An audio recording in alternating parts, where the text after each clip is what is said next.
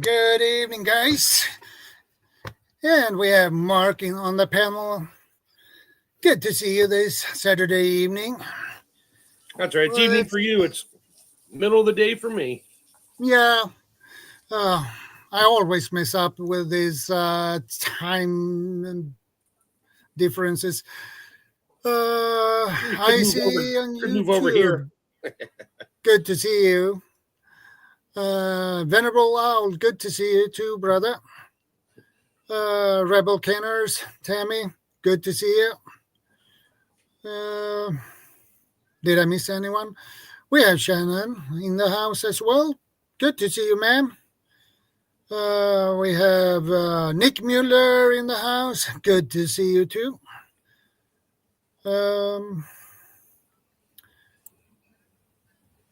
Nope, that's all for now. But hey, dear love survival, I didn't see you there. Good to see you. Yeah, I missed you too. We wait a couple of more minutes and let more people pop in.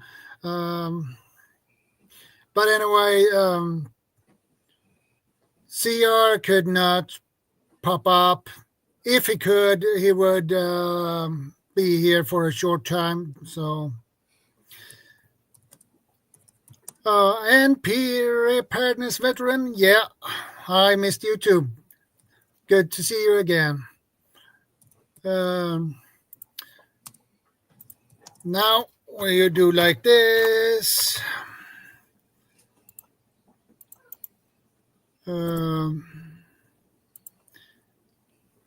And we do, there we have him.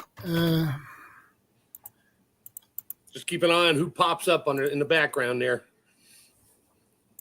Yeah, I know. I have a signal. It's beeps or pling. Pling. Yep. Hey, PV, good to see you. Arrive.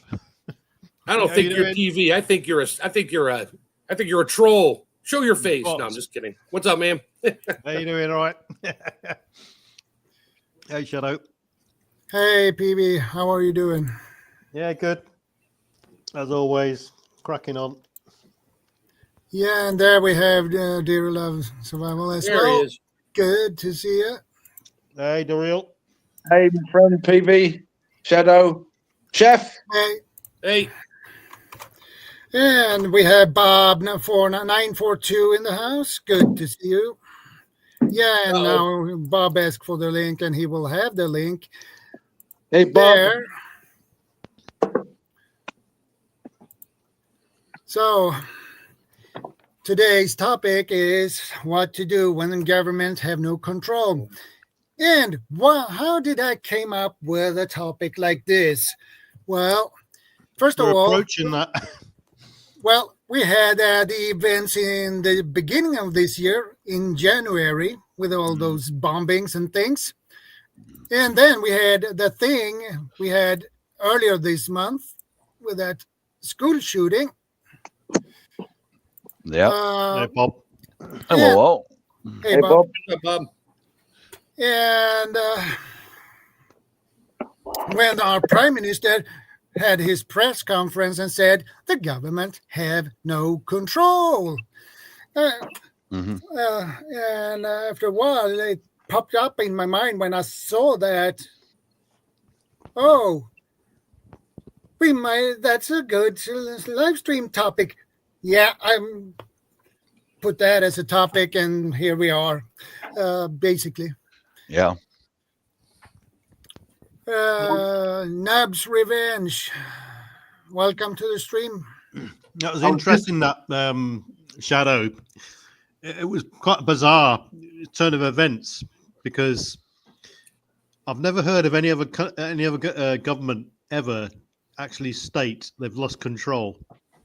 And, it's a pretty, I don't know if it's a bold move or, I don't know, pretty bizarre, because, why would a government openly just come out and say that? Normally they lie about it and pretend everything's okay, and they sort of impose more measures.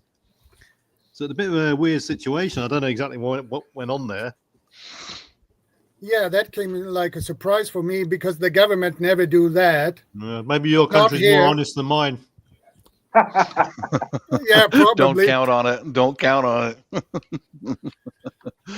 Well, at least I don't like the government we have, but I appreciate that our prime minister is that honest, so he can have a press conference and tell that honestly say that government have no control.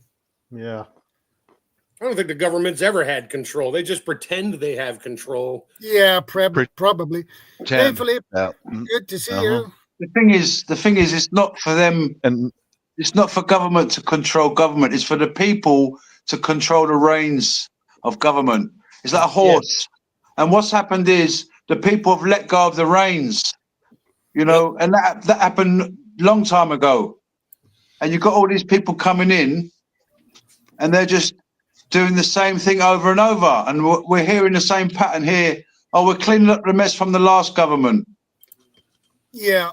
We're cleaning up the mess from the last government. And maybe this is just another new excuse. Maybe they're just trying to develop some kind of new excuse. Well, the government's lost control. Well. Regardless of the reason, people can see everyone who's lived in their country for a certain period of time anyway and has grown up and seen how progressive governments have acted and so on, and the stability of the communities and neighborhoods and stuff like that. Yeah.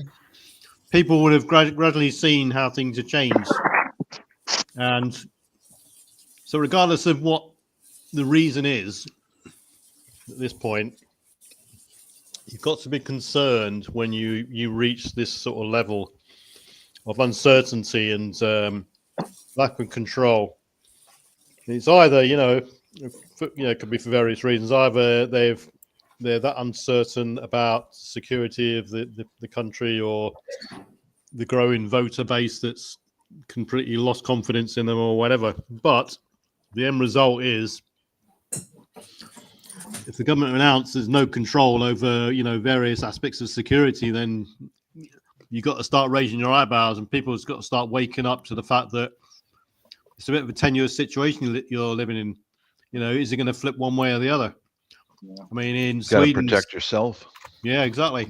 And in Sweden's situation, I mean, I'm presuming they've announced that sort of statement because of the escalating violence, and they just can't keep on top of it, really. Yeah. There is no way a government can control violence. People have been killing each other for 1,000,000 years. Yeah. And what you're starting to see in Sweden's their shadow, I hate to say it, it's going to keep happening. Yeah. The realization that it's gone beyond sort of manageable, even. It's not manageable anymore. The dam's been breached. Mm-hmm. Well, the thing is, I hate to say it, but we're pretty used to this shit here in the States. You just have to get used to it. It happens. Yeah. I hate to put it out there like that, but people are going to kill each other. They're going to kill each other, and just So this is maybe England's just getting another invasion. They've had the Vikings, Normans, Romans, like that. Greeks. Growing pains. Yeah. Sort of touched on this last week in terms of the only thing at the moment keeping certain countries on a level, sort of stable playing field is the fact that the normal citizens going about their day-to-day business are keeping, it's down to their integrity. You're right. Joe Blogg's down the road. I agree. All he wants to do is go to work Monday to Friday, earn his paycheck, come back, do what you like at the weekend, and continue the cycle, on. And as long as the stable factor is there, you can plan ahead and, life rolls on. When you get this sort of element of society that doesn't adhere to that, then it's, you're getting a couple of strands away from, without rule of law, basically.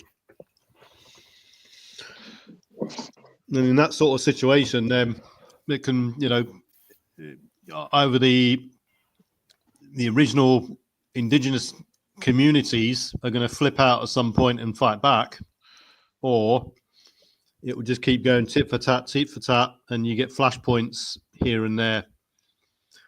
But the thing is, the overriding thing about all this, a government with no control, the citizens now know, especially with them announcing that, is the fact that you can't rely on anyone turning up. Yeah. And whoever does turn up, it's a limited response, a slow response, and you're leaving, if you're in a town or a large city or wherever, most of the police resources are going to be used up on your call out, leaving it wide open for the rest of them. Yeah. The last place that I lived in was fetid with drug abuse. The last house.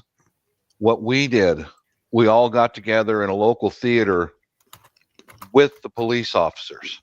Right. Had a meeting. We all had that's what you guys have got to do over there in England and Sweden and other places. You've got to work with law enforcement.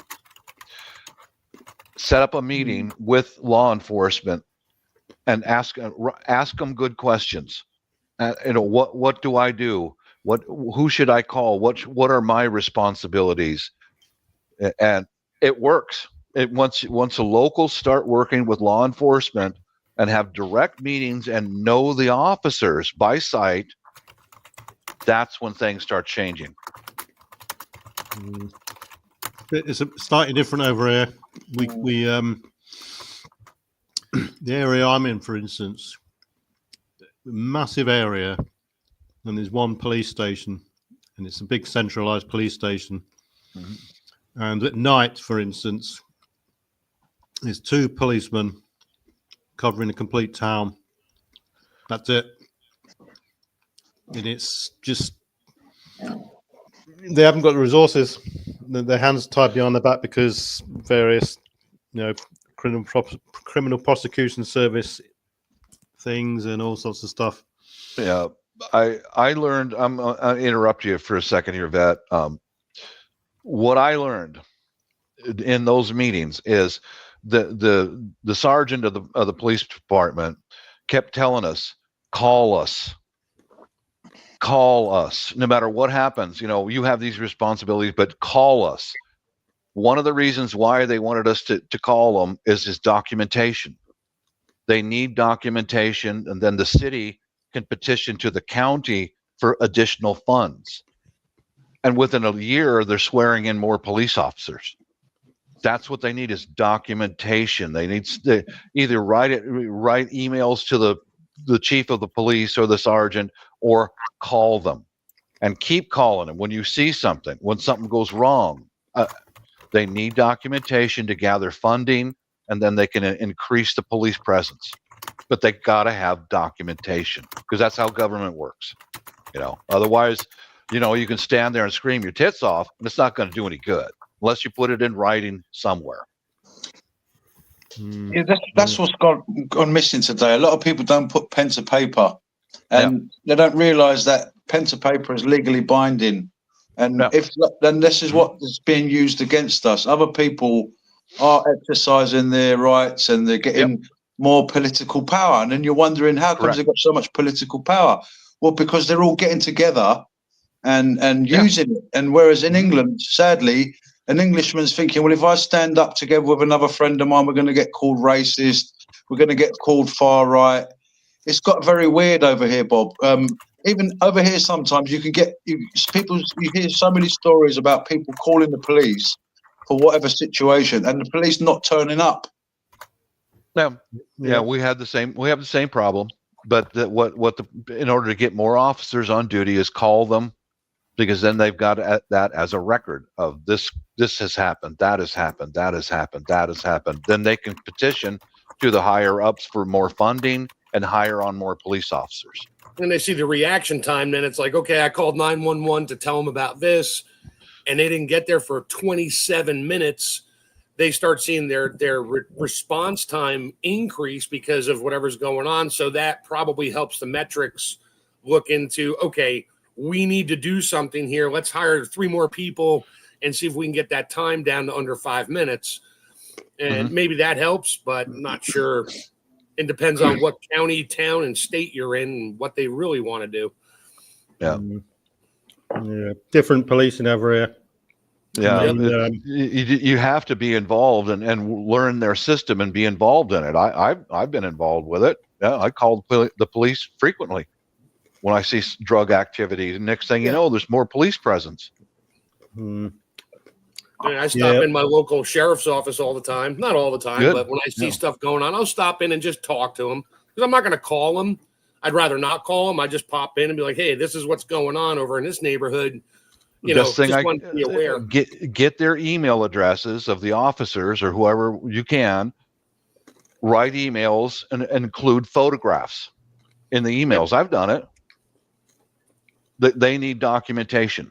You know how government and big corporations work the same way. They've got to have it in writing. That's how other political parties get more muscle, because they follow the process. I think a lot of it is people don't want to put their name and address and email out there to them because they think they may be in the spotlight as well. And you may very well be, depending on who's the chief of police or who's the sheriff or whatever. So I never had anything. That's the other. Oh, I've never had that issue either, because I only go to the sheriff. I don't go to the state. Yeah, I agree. Some people are afraid of that, and some are afraid of retaliation. I never had any retaliation. Never. You know. Well, it's because they haven't watched your live streams. No, just kidding. But no matter what can, well, you need to do something, except for calling the cops and officers and so on. But that might work out. That works pretty good in the U.S., but here in Sweden, we don't have that communication. Well, the citizens don't have that communication with the police. Hey, you don't go to the police station. Hey, can I have some email addresses to your police officers? That will not happen. Yeah. Really, that's you got to hear they're real wide open, man. They have they want community involvement. Maybe you could help them set up some kind of a program like that. You know, go to the police officers. The actual street officers are not going to give their emails out. They might, but they'll mostly tell you here's the chief's email or the sheriff's email or the main sheriff's department email. Okay, use that. Yep. Because they're reading that stuff. It comes in, they're reading it all day long. Yep, they do. And especially if you can include video clips or photographs of what you're talking about, bingo. That's how things start changing. I saw it start changing where we used to live. Yeah, it works. We had an intruder, a prowler around 2 years ago. We sent him the footage, and the whole street sent all their doorbell footage in, security camera footage in. The police acknowledged it, and the guy just got off with it. And there was a guy who was previously convicted with 34 previous convictions. Anyway, a couple of days later, we found out that this guy had some social justice delivered to him from some other locals. Well, that happens. we don't see police here at all. It's just people do fall downstairs once in a while, don't they? Yeah. The quickest way to get to the police to your door here is to post something on Facebook. Oh, they'll be here within minutes. That's a shame. I'll be right back, guys. Hey, Nubs. Hey, what's up, everybody? How you doing? Hey, I'm doing well. Get coffee. Hey, Nubs. I don't mean to rain on anybody's parade, but police officers are foreign in nature. That's why they signed the Foreign Registration Act of 1937, at least here on America. And that means that they are not on your side. They are here for public safety, not your safety. In fact, the Supreme Court has ruled on that many times. And to engage with the state or local authorities, you give your authority up immediately by doing so. And that's why they write the report. and it goes into that system because whoever said it was very correct when they said nobody wants to put their name on anything. Yeah, that was me. I mean, that's very correct. Men and women sign documents and they back up their words. Anybody else, well, that's not how it's supposed to go at all. Mm. Anyway, I don't want to really pick apart the police force because they do try and do a job. I think Well, trying is preparing for failure through lack of proper preparation, is it not? Well, I think resources come into it, and a lot of red tape as well, undermanned. Well, especially here anyway. Yeah, very undermanned, and also a very extremely very difficult job because it's also people as well. It's not just That's the problem. it's not just the government or the top. We often say things like the 1% are to blame, the top elites are to blame. They're satanic, not right. the synagogue of Satan. But then you think about it and say, well, hang on, there's actually a lot of people helping them too. There's a lot of people helping them who aspire to be like them in some cases. Others maybe out of fear, maybe others out of what they think is necessity because they don't want to lose their job. But so people acting in fear, doing things that affect your life is definitely not beneficial for anybody on any caliber, and therefore it deems them incompetent and incapable at their own job due to their own personal fears. Well, of course they are. Of course they're not fit for purpose, and neither are rangers in Africa looking after lions and all these so-called reservations. And it's not just government; it's everything's out of control. It's not just government that's out of control. Everybody's, it's like a lottery out there. People out there are, you've got so many opportunists now, and I remember listening to a radio program maybe some 30 years ago. And the presenter said to a guy who was looking for a job in the city, he said to him, "What would you do to get a job? Would you step on someone else's throat to get a job?" He said, "Yeah, of course." And I was thinking, look, what a sick place we live in. This was well, that shows the content of the character of the individual. And I would say it's, go ahead. Sadly, society today, you get people that overtake you 200 yards away from a traffic light, and when they stop, they're just in front of you. They didn't go nowhere. Everybody's in a race to get somewhere. Earlier, we're at the moment, like in Britain and most of Europe, I think the reason why a society is being held together as it is because of the integrity of the average person on the street at the moment. Yeah. Because the law enforcement agencies, they're so strained. I mean, I've got a relative in the police, and he tells me this sort of thing all the time. It's so strained, and there's elements above them. They do their job to the best they can, but when they get them into custody and so on and start processing them on further on down the line, the next agency involved in the prosecution, that's a completely different ball game. But anyway, See, here on America, it's very much so different because our police forces are in fact not ours. And the moment they go outside of their constitutional oath, they are in fact committing treason against Americans. So they are not honorable men and women. They are men and women that would have no problem committing treason and commit treason on a daily basis. Well, the corruption today is over the top. So I think that, hey to the panel. Sorry, Daria Love, you want to go? No, you carry on, my brother. All right. So I think that it applies to pretty much any profession as well, where humans are just humans. So you can't really, you can obviously expect a much higher level of kind of, decorum to them, if you will. But I think that for the most part, with humans being just simply humans, they're also fallible. So they're likely to also, be prone to making mistakes and having error of judgment. You can't really, it's difficult to generalize and kind of give a blanket statement to almost any profession, even within law enforcement. There's obviously corruption wherever you go, but I think that it depends. Go ahead. if they don't know the very laws that they're enforcing and they go against the very laws that they are enforcing, how in fact could they ever be enforcing any said law?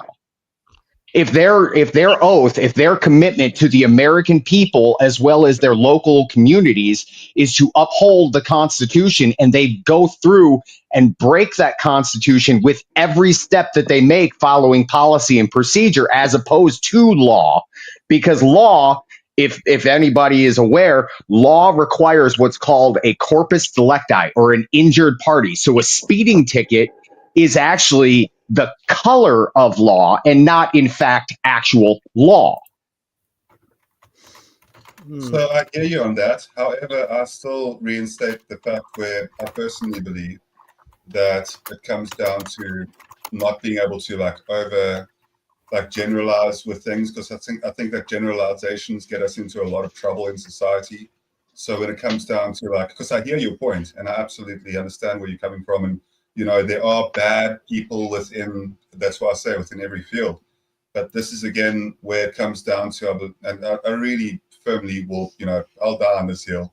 But I really mean it when I say that there's definitely good people out there that are trying to enforce justice and trying to protect others and putting their lives on the line on a daily basis so we can enjoy some of the civil freedoms that we do. So when it comes down to really looking at what is occurring and what's happening throughout society, it's very difficult to make stereotypical generalizations of any sort of profession, because there are definitely those that are good out there. You can't just say away with the police, because what happens as soon as you really run into a bit of a crisis, 9 out of 10 people, not saying everybody, you may not be one of them, but I'm saying 9 out of 10 people, they'll kind of just try and have some sort of relay of information with the local police departments. And now, unfortunately, corruption has, altered and changed people's perspective, and we might get back to a better time. But, I wish that there wasn't corruption. I wish that I could go and tell you that you're completely wrong, because you're not. There are definitely, that's why I say there's always bad within every person. The only problem that I have with what you're saying, or the major problem that I have with what you're saying, is that if there is corruption and a good man does not do anything about corruption, that makes him a bad man. I mean, you look at what the Tao says. What is a good man's teacher? A bad man. What is a bad man but a good man's challenge? There is it really boils. There is a saying. It says, evil prevails when the good men don't speak. Exactly. And when you have police officers going outside of their oath of office, outside of their word, their bond, and going out and going after an economic war against the people. And I don't know how it is in Europe, but I can only assume that it is the same in Europe, because what do? They don't put you in jail for speeding. They take your money. That's theft. There is no injured crime or injured party. So it means that the police officers, the very people that are intended to assist and protect the people, are in fact the aggressor towards the people. Well, I mean, it doesn't matter whether you have good men or bad men, or good women or bad women in these positions. A good man would make sure that a good woman was above them. And that's, if you watch a man or a woman in America as a police officer commit treason, the punishment for treason that they have already agreed to is up to 20 years or even death. Why are these police officers not arresting the true criminals that are committing treason? It's fraud.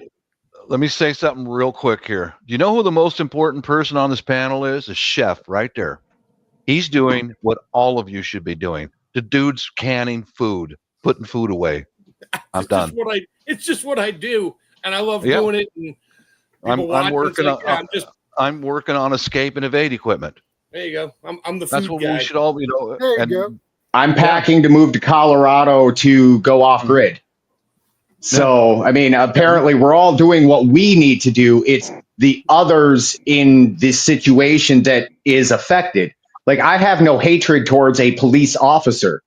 My disgust is the treason and the crimes against humanity, because if it happened in Europe, it pisses me off. Not because it happened in Europe, but because it fucking happened. Excuse me, because it happened. Yeah. Sorry, I get passionate.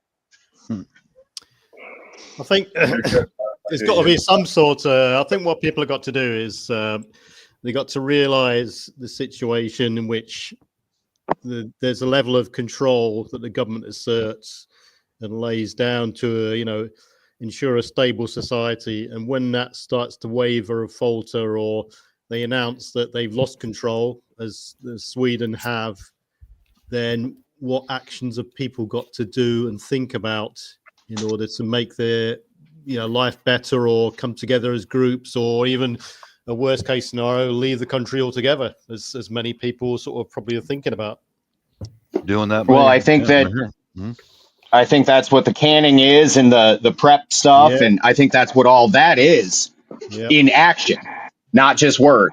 Well, yeah, exactly. Yeah, exactly. I think personally, people have got to, they got to look to the future, think, right, is this going to get better or worse? If it gets worse, what situation am I going to be in as an individual or a group or a family in 3 months, 4 months, a year, 2 years down the line if it escalates? So people have got to do that as a starter. If they're not, if they're not any sort of preparedness mindset or anything like this, and look at your location, look at the people around you. Do you live in a conducive area which is going to be more stable because the people are more cohesive? Are they going to come together when things turn sour?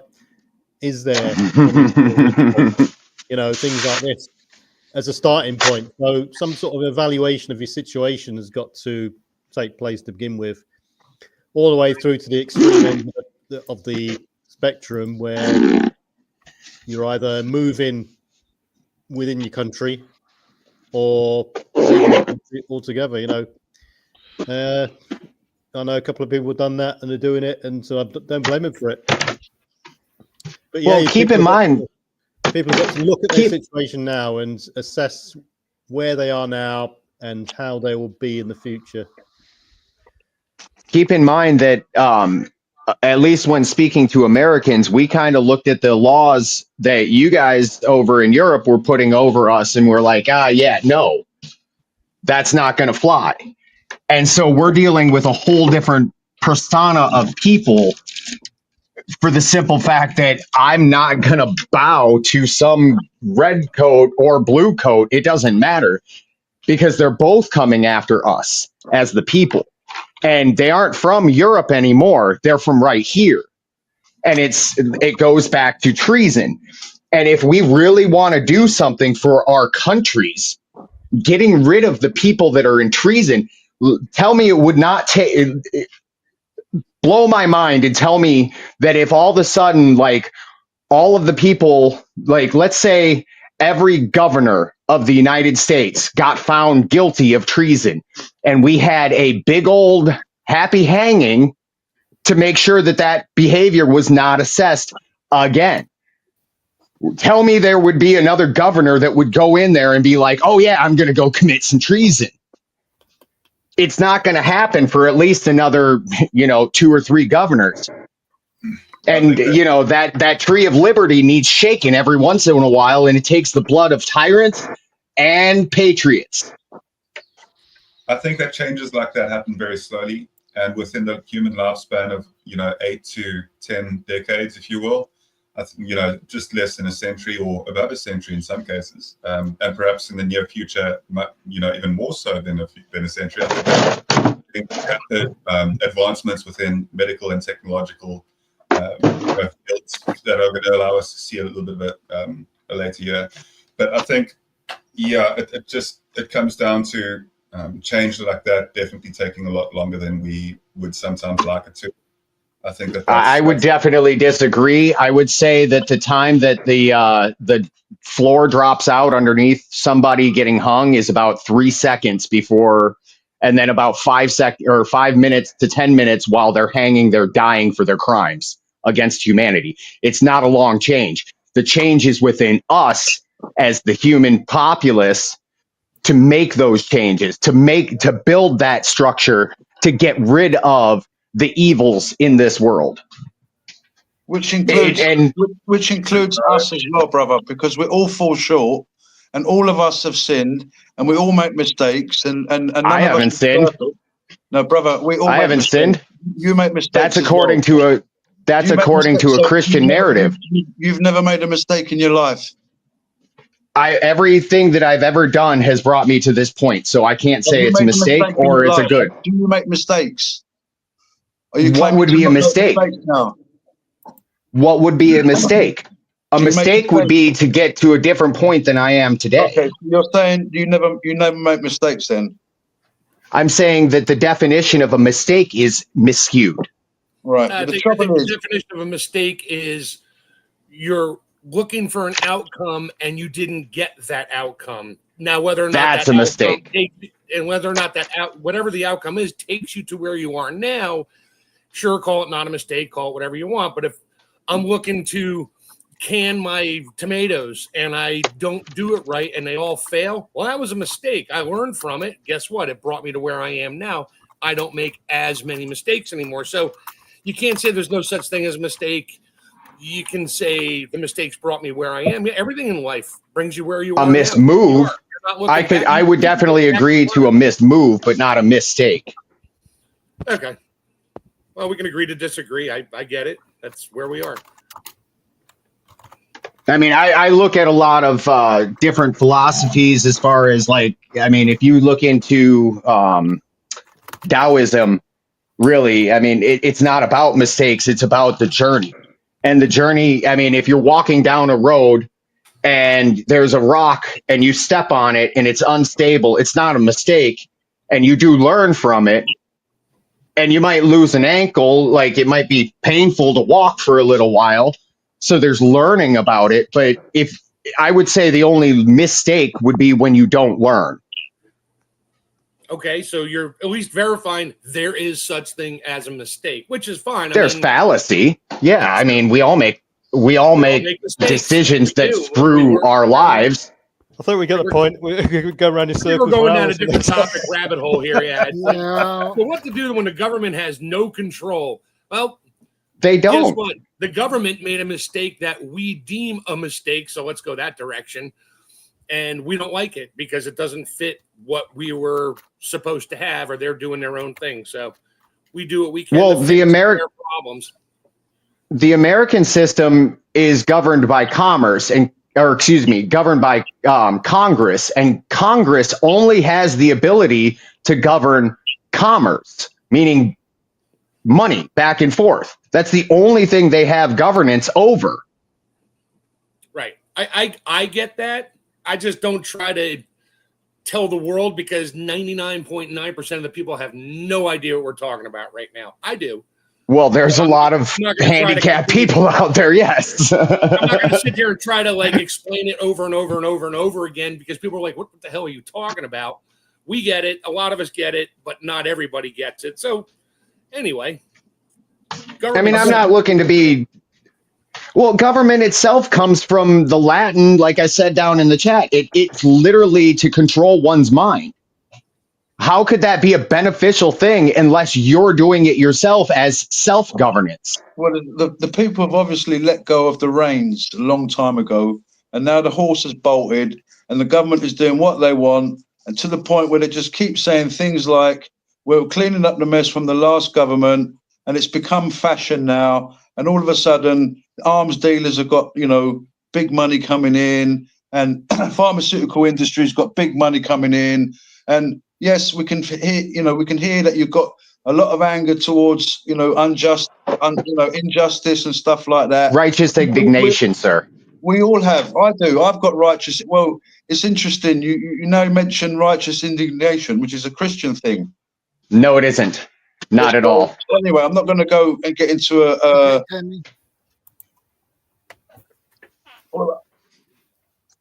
I don't think we're here to have a pissing battle between ourselves, our own definitions, what we believe in, what we know, what we understand. No, I'm going with sturdy definition. Like I'm going with founded definitions. Righteous indignation, a right choice would be a correct choice, and an indignation would be a drive to do so. So if you don't have it has nothing. Well, righteous indignation is scriptural. It's biblical. Okay. It's in the Bible. Okay. So if you don't do Okay. righteous indignation, did you make a mistake? Yeah, I had to go there. Right. If you don't Anyway, do righteous indignation, no, it wouldn't be a mistake because it would be just a mismove. Okay. Anyway, So- I'm just people- messing with your rubs. I know. I'm just part of it. I think if you're somebody that sits there in your house and says I'm going to depend on government for everything, you're gonna be in trouble. So many people have been existing and going about their daily lives with what's going on, with what the government are doing, and in fact, many people stay away from politics. Don't want to listen to the news. Don't want to follow what's going on. I think we And got to be when government. Look at what governments are responsible in the terms of control, and I think it involves maintaining a level of stability of life for the general public. So what I mean by that is That's not what they're there for at all. no. What I'm talking about is the exports, imports, etc., etc. There's a level of stability in terms of supply chain, the electricity grid, infrastructure, a general sense of law and order. So when people get the sense that there is no control, one of the first things that starts to manifest is the grid starts to buckle because it's been mismanaged or misused. The supply chain starts to falter. There's not enough law enforcement, and things start to bubble away on the point of bursting. Wait a second. Not enough law enforcement? Yeah. If the law enforcement doesn't know the laws that they're supposed to be enforcing and they're committing treason, more law enforcement is not the answer. That is the opposite of the answer. That is the problem. When you've got 2 police officers in a city covering a night shift, that is insufficient. And that's happening in many cases in Europe. And that's where you guys screwed up as a country by letting all your guns go, because if you guys had guns to protect yourself, you wouldn't need another man to come do what you're supposed to do yourself. And that's protect you and yours. In that sort of and that's sense, all of us. So, in that sort of sense, control starts to waver.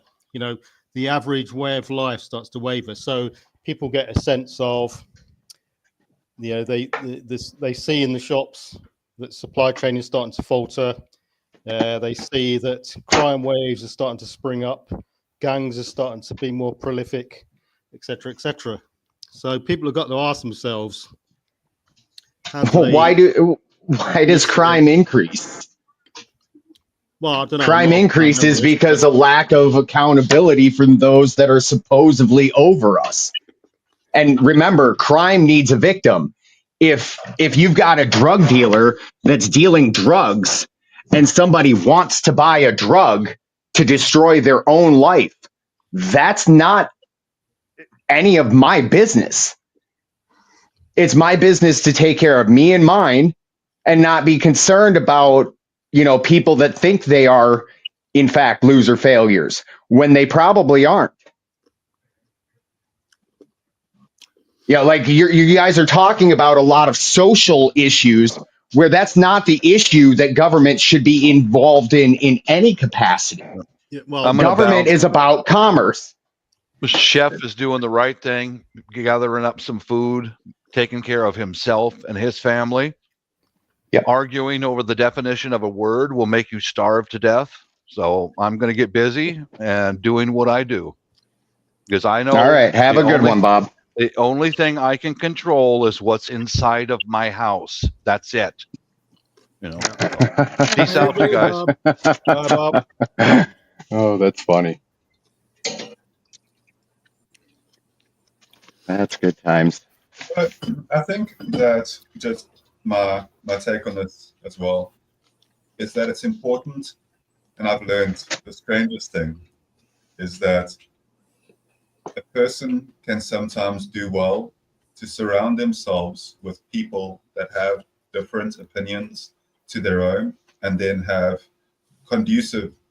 usually conducive like as long as it stays within the realm of being civil, and I think for the most part, like each of the parties in the conversation have done so. So I actually, legitimately tip my hat to the fact that, and I'm not blowing smoke or telling, trying to be somebody that makes peace with everybody or something like that.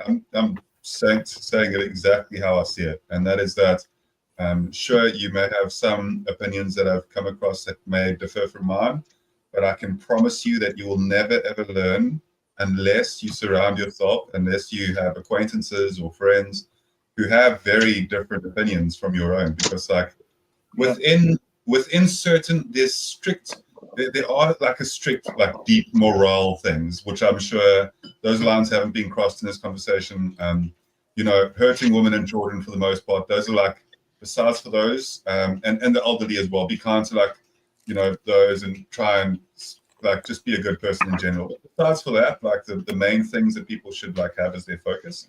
And when it comes to different opinions about policies or governments and how that they run and all that, you can like really learn so much from the people that don't share your opinion. And that's, I'll stop there and just say that like it is something that I've had to learn the hard way through life is legitimately listening to people who have varying opinions from your own, not just listening to them and being like, okay, like waiting for your turn to kind of share, like for me, say for example, for me to share my opinion with you and waiting for like that turn, but like legitimately trying to understand where they're coming from and take it back a notch and break down exactly like their opinion on something as well.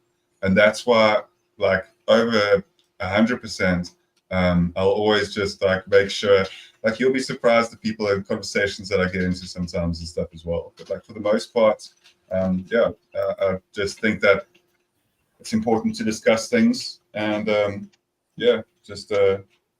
I'm just saying that I really appreciate that everybody's kept their shit together, for lack of a better word.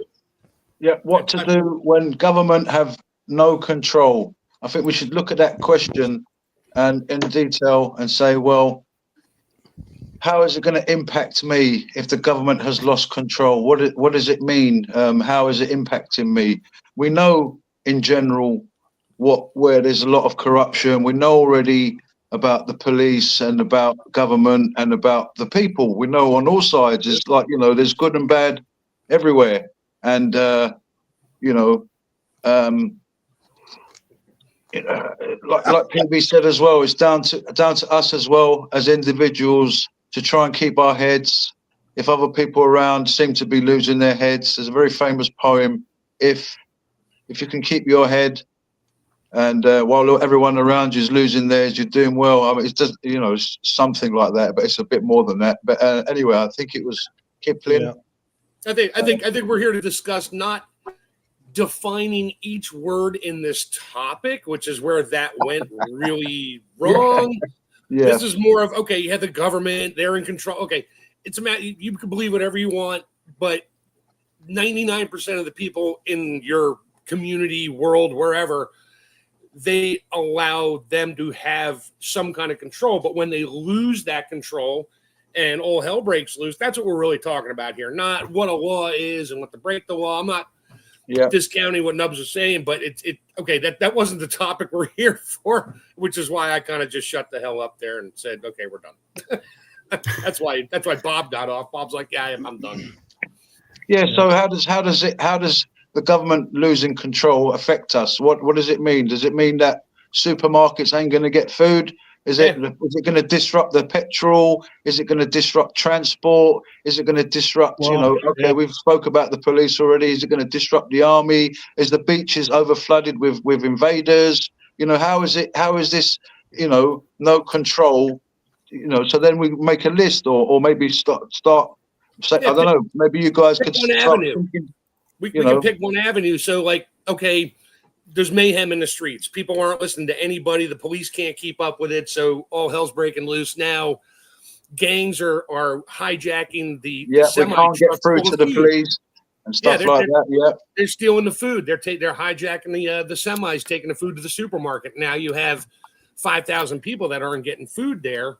What have you done for yourself to offset that possibility of that happening? Yeah.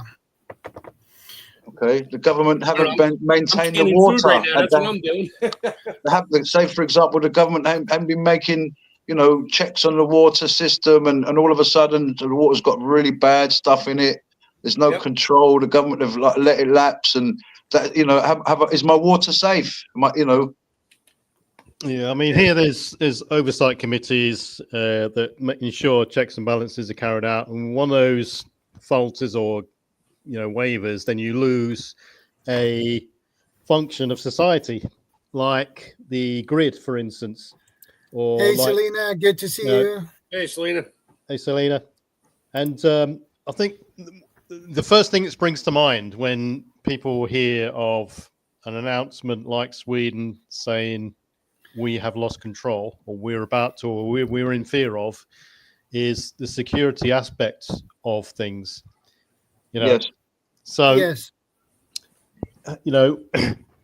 So therefore, there's lots of strands to that sort of statement. The security of communities and life, all the way from shops to the grid, to the water, sanitation, crime, etc., etc. Yeah. So people have got to come together as a more cohesive community, neighborhood, society. So, what do? You've got to then sort of start thinking in terms of, whether it's an individual household or a neighborhood being more robust as a unit. People would have probably already identified, they know who the problem childs are around the neighborhood and so on. But, a lot of things like starting to grow your own food and stuff like this, make yourself as independent as possible, really. I don't know, whether it be, having a few chickens and growing your own food, or digging a well, harvesting rainwater, things like this, using, getting yourself more independently sustainable for electricity, like solar or wind, getting yourself generators for, if the grid goes down for periods of time and so on. I mean, I'm sure, I think, as many people have experienced this sort of thing. So, and if the community you're in or neighborhood you're in isn't on board, then you're sort of narrowing yourself down to a more of an individualistic, independent lifestyle. So, if you're in a street of houses, then Abu Sama, welcome. Then your household might be the only one in the street growing things and actually realize the situation that's in. But other people might not be bothered. They might be too busy to be bothered. There's plenty of people who are that busy, get up early in the morning, come home late at night, too knackered to do anything. They go have a meal, go to bed. The only time off that they get is the weekend. So you might not be. It might not be a groupthink mentality, to be in a sort of a preparedness or a more of a cohesive community. Yeah, I think that that's obviously something that people can also start now, which is really good. I absolutely back what you're saying there as well, preparedness veteran. I think that encouraging people in your local area and trying to make sure that that people are starting to become a little bit more self-reliant. And you'll never strong arm people into doing it, but you can lightly and slowly just encourage them, and not even always by showing them what you're doing as well, but you can, the people that you have more trust in than others, I'd say, the people that you have a pretty good rapport with, those people you can absolutely start speaking about implementing different ways to grow food within their garden. And that's why, and I almost shy from this topic with the food forests and that. Hey, welcome back, Rebel Canis. It's good to have you back here. So when it comes down to my recent passion, right, with the food forests and growing trees and that type of thing, you can actually start. Once you start really doing it successfully, you can just gift your neighbors a whole bunch of different fruit trees, and they also act as pollinators for your fruit trees already.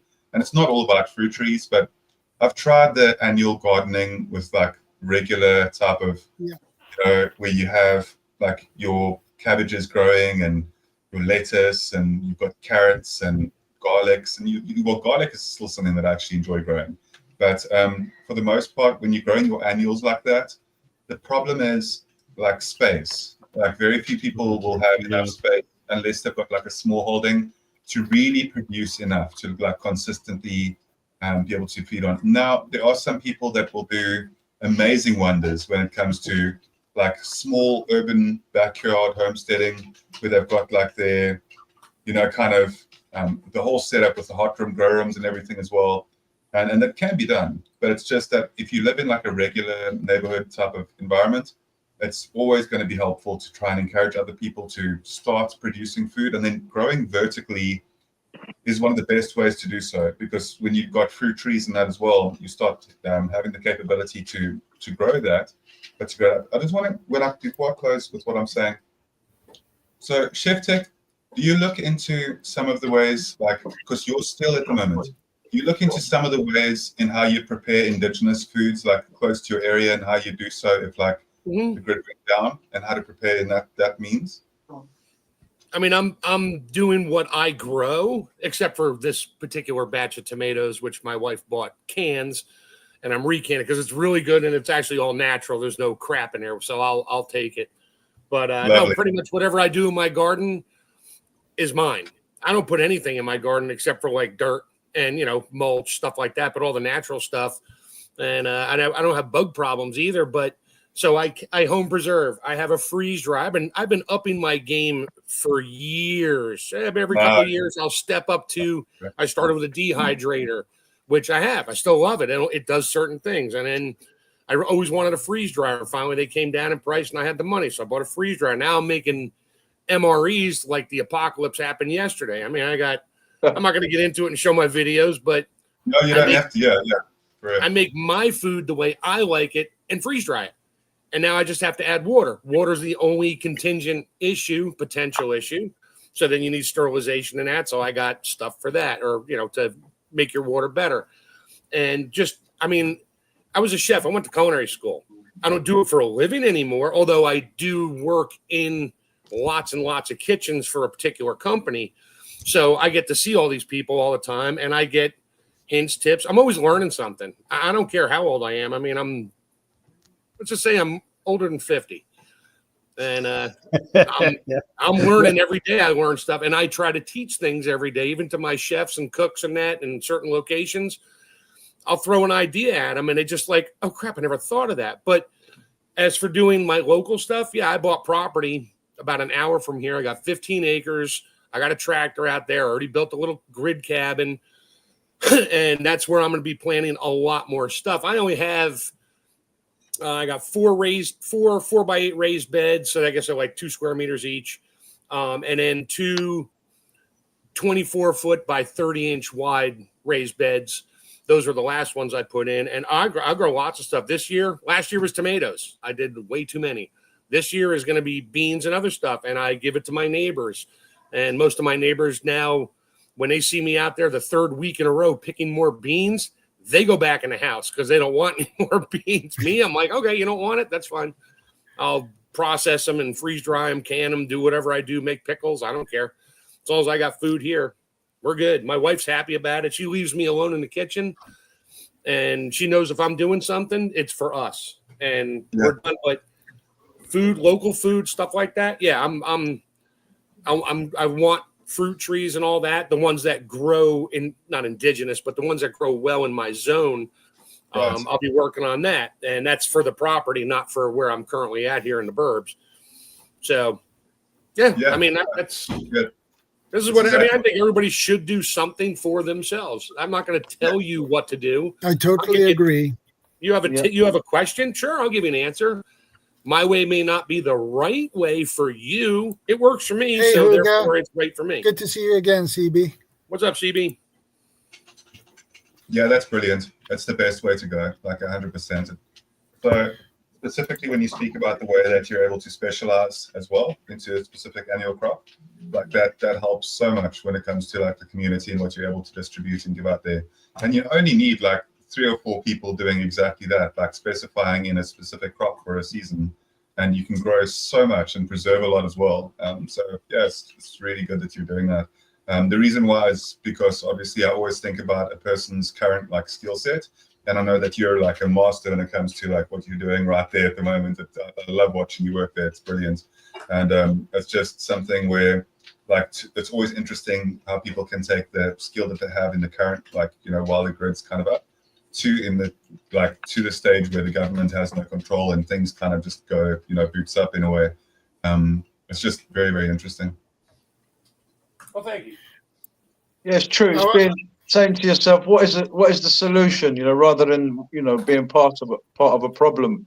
If things have gone bad already, and then avoid bad situations, arguments, and try to be constructive, and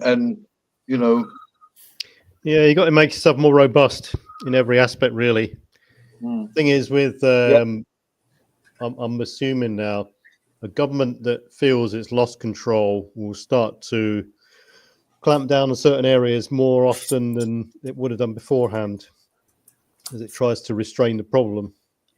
Yeah. So people have got to be aware of that. Similar, I suppose, to the initial stages of the outlawlessness that broke out in Ukraine just after the elections broke down in 2014, I think it was, and then build up to eventually what the situation is now. But yeah, security definitely a key issue. Not only for mainly for going out and about is another aspect of it. It depends on what aspect they've lost control, really. But you get the sense of insecurity in the fact that there is what's going to happen if something does happen when you're out and about. Are you on your own completely? And then you've got to adopt your different measures. I mean, for me personally, I think this way all the time. Anyway, we don't go out on our own. We always go out in pairs. If we know where we're going, if we know we're going down to the local town, we look at the local newspaper or Twitter feed or Facebook feed to see if there's anything going on in that town at that particular day. Is it going to affect me? If there's large crowds, or is there a big fair on, or demonstration, or whatever it is, alarm bells start ringing. Maybe we should reschedule it later or earlier or a different day. Then you'd obviously, if it's within your local area anyway, you're going to know the routes in and out. So that's not really an issue. What do you do in the event of a breakdown? And then when you've left the car or the vehicle, you always just simply say to each other, if anything happens, we'll meet up here or we'll meet up over there, and you walk around in pairs. Carry some form of item that you can use as defense. Be aware of your surroundings, all the usual sort of security aspects when you're out and about. And then, whilst you're out and about, be aware that your home is now unattended. So get the security of that place sorted out. You might have doorbell cameras, CCTV, neighbors might be looking after you, might have a dog, etc., etc. But the whole security, picture should be bolstered up. So defensive gardening as well. Yeah, exactly. Yeah. So as people are planting crops, if they want to expand their sort of food sustainability, if they've got a garden, then fine. But also plan into that perimeter defense in terms of what you can plant to hinder or deter burglars and stuff like this. And you can also, like, for the case of preparedness question, I apologize. Yeah, I'll just finish there. You go on. All right, thanks. So yeah, I also just think that having the ability to have things under good cover, there's a lot of things that you can grow that are semi-shade variants of certain things. Look up different crops that can actually that excel in more shaded areas as well, because then you're capable of being invisible from the sky, and also like just general line of sight as well. You want to try and, if you are growing, like backup supply as well for anything. You want to try and make sure that you have the capability to provide for as many people as you need to, but at the same time, not be a sitting duck when you need to do anything else as well, as you're saying, like as you go out there. Yeah, I mean, I've been experimenting since Christmas time with sprouting seeds, and I've now expanded into 4 jars. So I'm expanding. My plan is to expand into a 7-day rotation period. So I'm self-sustained with sort of salad and stuff like that. It takes the pressure off. You know, you don't even have to go down into the shops to buy any sort of salad stuff for that sort of thing. I can just grow it in jars now. No sunlight needed. You know, on the final day of each one, I suppose you can put it in a bit more brighter condition to green it up a bit. But yeah, that's what I'm doing. So, you know, a bucket of seeds, sprouting seeds, can last up to 4 to 6 odd years and slightly beyond if you really look after them. And a bucket of seeds, say a 5-gallon bucket of seeds, will last you a couple of years. You know, they go a very long way. The thing about sprouting seeds is the super high concentration of vitamins and minerals in those sprouting seeds, and sulforaphanes as well, which is a good cancer fighter as well, and preventative. But yeah, that's what I'm doing at the moment. That's what I'm working towards. My little experiment going on at the moment. I see in the comments there, we're talking about comms, CBs, and branching out with the information network and communication network amongst people in the local area. Yeah, I'd say CB is a good idea. So, you know, CB is a CB radio. You know, I think it's a good frequency that it's been set to. You know, 27 megs. Because it's got the range, the clarity, the antenna isn't that big, so it's, you know, you're not going to see it from miles away, and you can just pick up the radio, license free, and just talk to someone.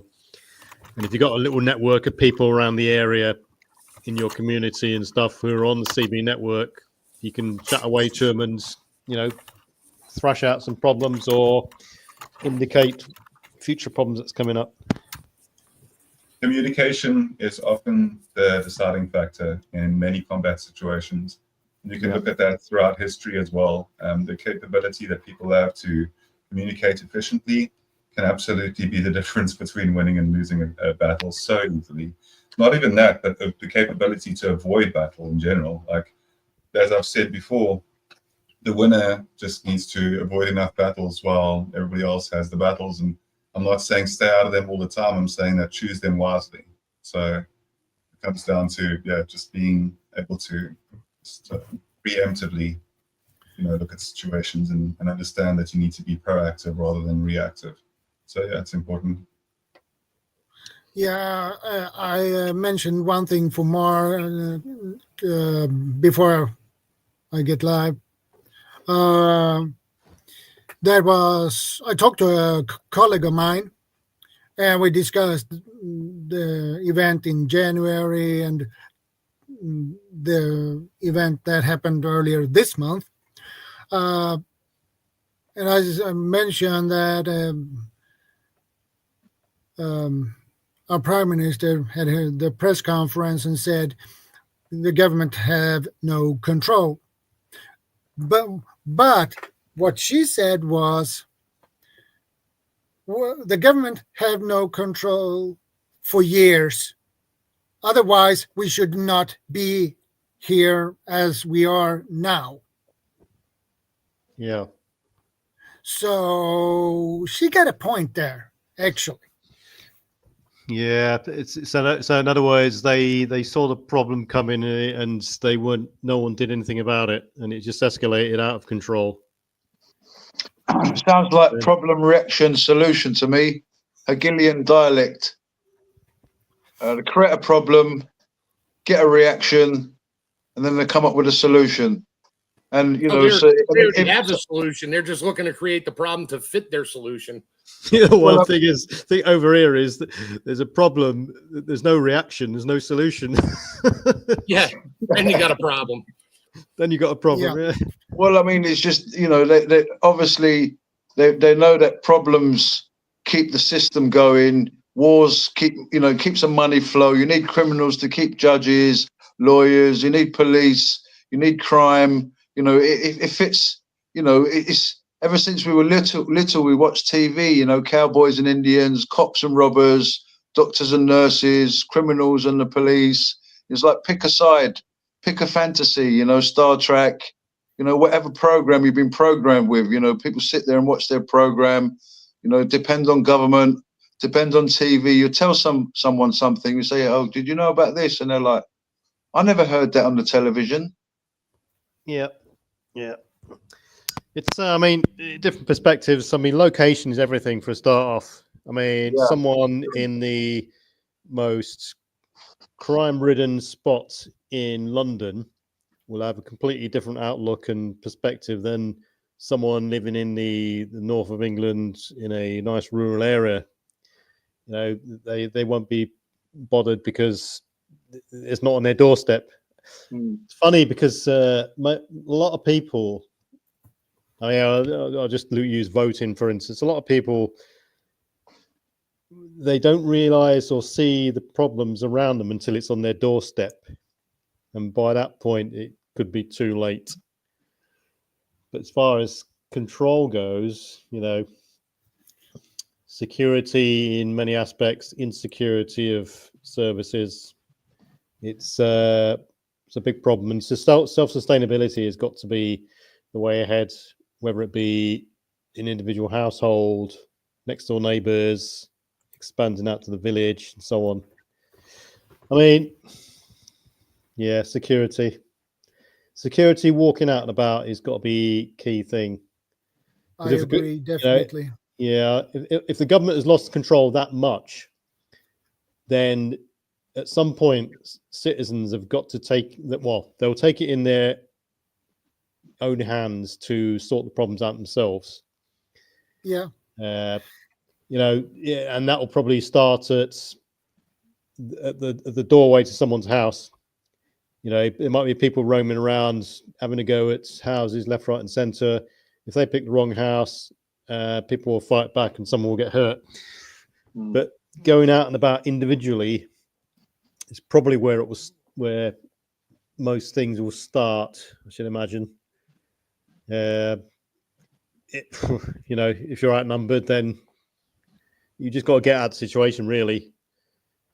Or try not to get into a situation. Yeah, try not to get into a situation. Know where you're going. Know what's happening in the current events in that area. Don't be on your own because you're more of a target. Situational awareness when you're out and about. Take the right gear with you. Take gear with you that could, you know, help you in case of injury. First aid kits and stuff. Yeah. I mean, obviously, we don't want to get in a situation where we're having to mount a full-scale operation just to go down to the shops and back, wearing body armor, helmets, and weapons and stuff. I mean, when you get to that level of climbing equipment, yeah, when you get to that level of, you know, the controller's gone, then other, you know, supply chain would have gone anyway by that stage, probably. Oh yeah, you know, it would be definitely gone. We don't want to. Yeah, you got to be able to blend in as well. Yeah, you know that you're going into, you know, if your local town has escalated into a rat-infested crime hole, but, you know, during the daytime, there's still elements of stability. You know, you don't want to start going into town wearing body armor and a helmet in, you know, four of you, you know, going into the shop, guarding, looking like King Jong-un's bodyguards, you know, whatever. You know, you got to have some sort of blend in, have some common sense, pick the areas you're going to go into sensibly, listen to the word on the street and the grapevine. It might not be true, it might be true, you know. But yeah, you know, you can make yourself more aware and more safe by carrying out certain actions. Yeah, and if you have the bad luck to get into a heated situation, it is better to try to stay calm and try to diffuse the situation. And if you can't, just leave. Yeah, you can do so much, and it might come down, unless someone is specifically targeting you, it will probably come down to timing, of you being there in a certain place at a certain time, and some opportunistic wrongdoer having a go at you. Yeah. So don't be the easy target. Avoid, try defensively, etc., etc. You know, the usual sorts of things. I mean, I don't know, I want to spell it out to people. You know, driving, keep your doors locked, windows up if possible. Make sure you can see the car tires and tarmac in front of the vehicle, in front of you. So if anything does happen, you've got room to maneuver around that vehicle. You're not boxed in. Check your wind mirrors all the time. You know, if you're in that bad of a situation, that bad of an area, when you come to a stop, keep it in gear so you can pull away quickly. Just be aware of things like that. You know, always pick an escape route, whether you're in a vehicle or on foot, and so on. Like I say, there's only so much you can do. There's only so much you can do. And there may well be massive demonstrations, protests, massive gatherings of people, looting, and stuff like that. Just be very, very, very aware. But don't walk into situations. You might even get. I was in a situation once, a long time ago, where I got kettled in by the police. I was just walking by, sort of observing the student protest in the centre of London. Right. And I kind of followed it to outside the House of Parliament. And, you know, I was a bit curious. I was thinking maybe I'm going to do a YouTube video and what have you. And all of a sudden, I found myself kettled in. And there was, you know, you don't want to find yourself in that kind of. So if you follow a current, don't get involved with protests, demonstrations. Like PB says, just, you know, sort yourself out. Look at your securities. Not being selfish, but you know, if you can't help yourself, you can't help others as well. So if you help yourself, you've got a good chance of being able to help others. Avoid. I mean, the government might lose control, but the court might. The court and the justice system might still be in place. And So they'll catch up with you later. It could be a good idea to get a body cam, walk around with it. Yeah. So that in the event of there's no one there to witness what you're doing, you know, or what's happened, you can then produce this as evidence later. It's a good idea, yeah. An idea, I suppose. And, you know, Have some of these something, body cams now are quite cheap. I always like to say it: prep, pray, stay out of the way. Yeah, don't put yourself in a situation. Don't go. You hear all this screaming and things going on. Don't go thinking, oh, I'm going to have the next massive YouTube viral video. If I go videotape this, guess what? You may not make it back. And then somebody might follow you back. So just Shiny Gross, leave it alone. They'll do whatever they do. And you can hear about it through the grapevine or through the CB radio or whatever media you still may have, or just, you know, a good friend who lives close enough to call you out and be like, hey, you're not going to believe what just happened. But good thing you didn't show up, because they shot everybody or they arrested everybody, regardless of what you were doing. So you just don't want to be there. I mean, if you're in a inner city environment, that makes it really hard, because you're just kind of trying to stay in your apartment or whatever and just not be seen. If you're out in the burbs or out in the country, it's a little easier to stay out of the way. You know, the further out you get from a city center, the easier it is to stay out of the way. It may not be easy, but you're in a better situation if you're not there. And everybody's like, oh, I'm in the inner city and I'm going to bug out. Well, once the crap hits the fan, you're probably not going anywhere, because everybody's going to be out looking for something, criminals or otherwise. So sorry, I had to go there. No problem, Mark. No problem.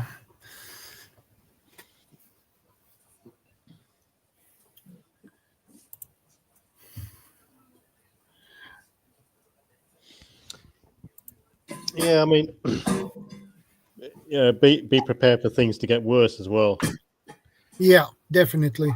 So stock up on the things, you know, if you see it getting worse, stock up on what you can, you know, before it does get worse, and potentially the supply chain completely going. Because once it's gone, it's going to be gone for a while, you know, minimum a week or whatever. And see what happens after that. I mean, there's only so much you can do, really. Keep monitoring the situation. As we said before, everyone should have a radio. Keep looking at various websites if the web's still up and so on. Just retract yourself back. People are going to be less venturous. They're not going to go out as much and so on.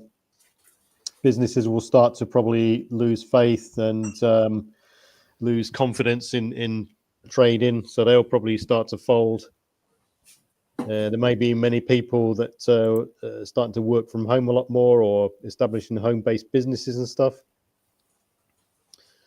And people think about that themselves as well. If you know the situation is getting worse and worse and worse, then you may want to consider an alternative sort of work style or job, and to do a sort of work from home business or something.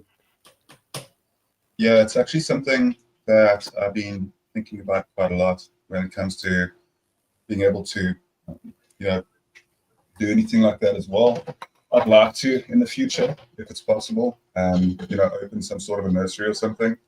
I think it's definitely the smartest way, that people can just kind of spread that positivity as well. And I know that there's a couple of them around, but it's just something where, like, if you could create like a small business out of doing that, like a food forest nursery, that'd be absolutely amazing. I'd love to be able to do something like that where you're actually like just consistently selling for very, like, I try and keep the prices always as reasonable as possible. But yeah, it's something where I'd really like to be able to also like give people, occasionally, like if they buy a fruit tree, give them like a blueberry bush with it. You know what I'm saying? Things like that. Just be able to actually like help them in terms of building like a food forest, or just like, give them also to have like community classes where you speak about food forests. And the fact is that over here locally, prices are getting pretty much out of the hand. So like, just the economy is obviously tight globally. So over here specifically, like, food is just ridiculously expensive. Welcome, G. Turner. Good to see you. Welcome, that's a good idea. So, Guardian, there that you said there is holding some sort of weekly or monthly group meeting where you get speakers up there. Yeah, exactly. And you could even make that profitable. Everyone, charge them, I don't know, $1 or whatever it is, and then you get split amongst the speakers, and you put some refreshments on and stuff like that, and then everyone goes away at the end of it having learned a bit more. How about this is a good question. If the government's lost control and there's a pattern and it start happening in a few other places, can we make a break for it? Well, yeah, I mean, can we make a break from it and say, right, we're going to start off our own little state and our own country, our own little community? Well, yeah. I mean, if the government has lost control, then you're almost into a WROL situation, without rule of law, for anyone who doesn't know what that means. Yeah. And if you're in that situation, things will be, breaking down pretty quickly. You literally live on a knife edge. Tomorrow, is it going to be a peaceful day? Is it going to be complete mayhem? Is it going to be a riot outside? Is it going to be a crime wave? Is it going to be hordes of roaming gangs, etc., etc.? So the actual definition, I don't want to go back that way, but when you're talking about loss of control, that is a really sort of grim situation. That is, there's no quick way out of that sort of term.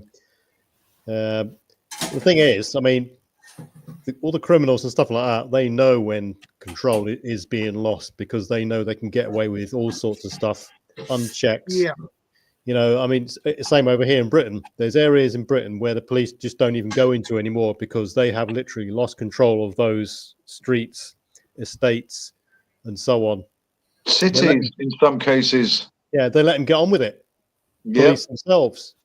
So it may even get, if you're not, and you're in the midst of that sort of streets or village or wherever, town, city, or wherever, then you either put up with it or move. And if you move, then that is an option. Move to another village, another area of the country, move abroad. But then you're talking, a lot of people, they've got family ties within that area, say, or within the country, and it gets quite complex. So it is a drastic solution, moving, but it can be, the only solution that, what's the outlook? Is this going to be staying like, this situation for the next 10, 15 years? And my kids got to grow up with this. Is there going to be complete system change? As there's people out there that talk about all kinds of things, from resetting to biblical events to new world order to we're going to completely change the face of the world. No longer no more Greece, no more Germany, no more England, no more Spain. European Union, no more America, Canada. Maybe it's going to be an American Union. And we hear stories about the New World Order. They want to create one world government, and their idea is, well, if we've got one world government, there won't be no more wars with countries. But this is all lies. And then we hear other things like different agendas going on. I'm sure some people have heard of things like Agenda, is it 230? Agenda 2030, yeah. And there's Agenda the one before 2030 is Agenda 2020. What was 30. The first one? Well, that was the second one. Yeah. Well, that was a framework document. The problem with those is that it was so open to interpretation and bending the rules that government could literally oppress the people and still be compliant with the document. That's the thing. Thing is,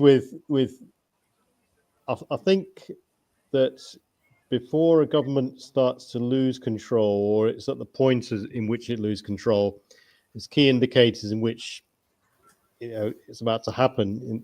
Those will be, the government will become more heavy-handed, more oppressed. They'll come out in force to certain situations, and they'll scale back on other situations. They'll prioritize, basically.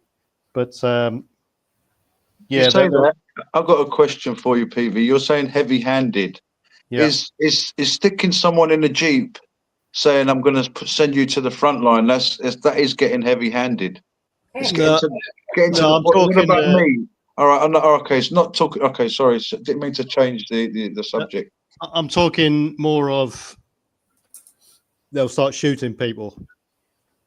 Well, putting someone on the front line is like, shooting someone, because how long are some of these people lasting on the front line in Ukraine versus Russia, for example? They said, I think it was something like the average time was 30 minutes. Yeah, well, yeah. That's untrained soldier.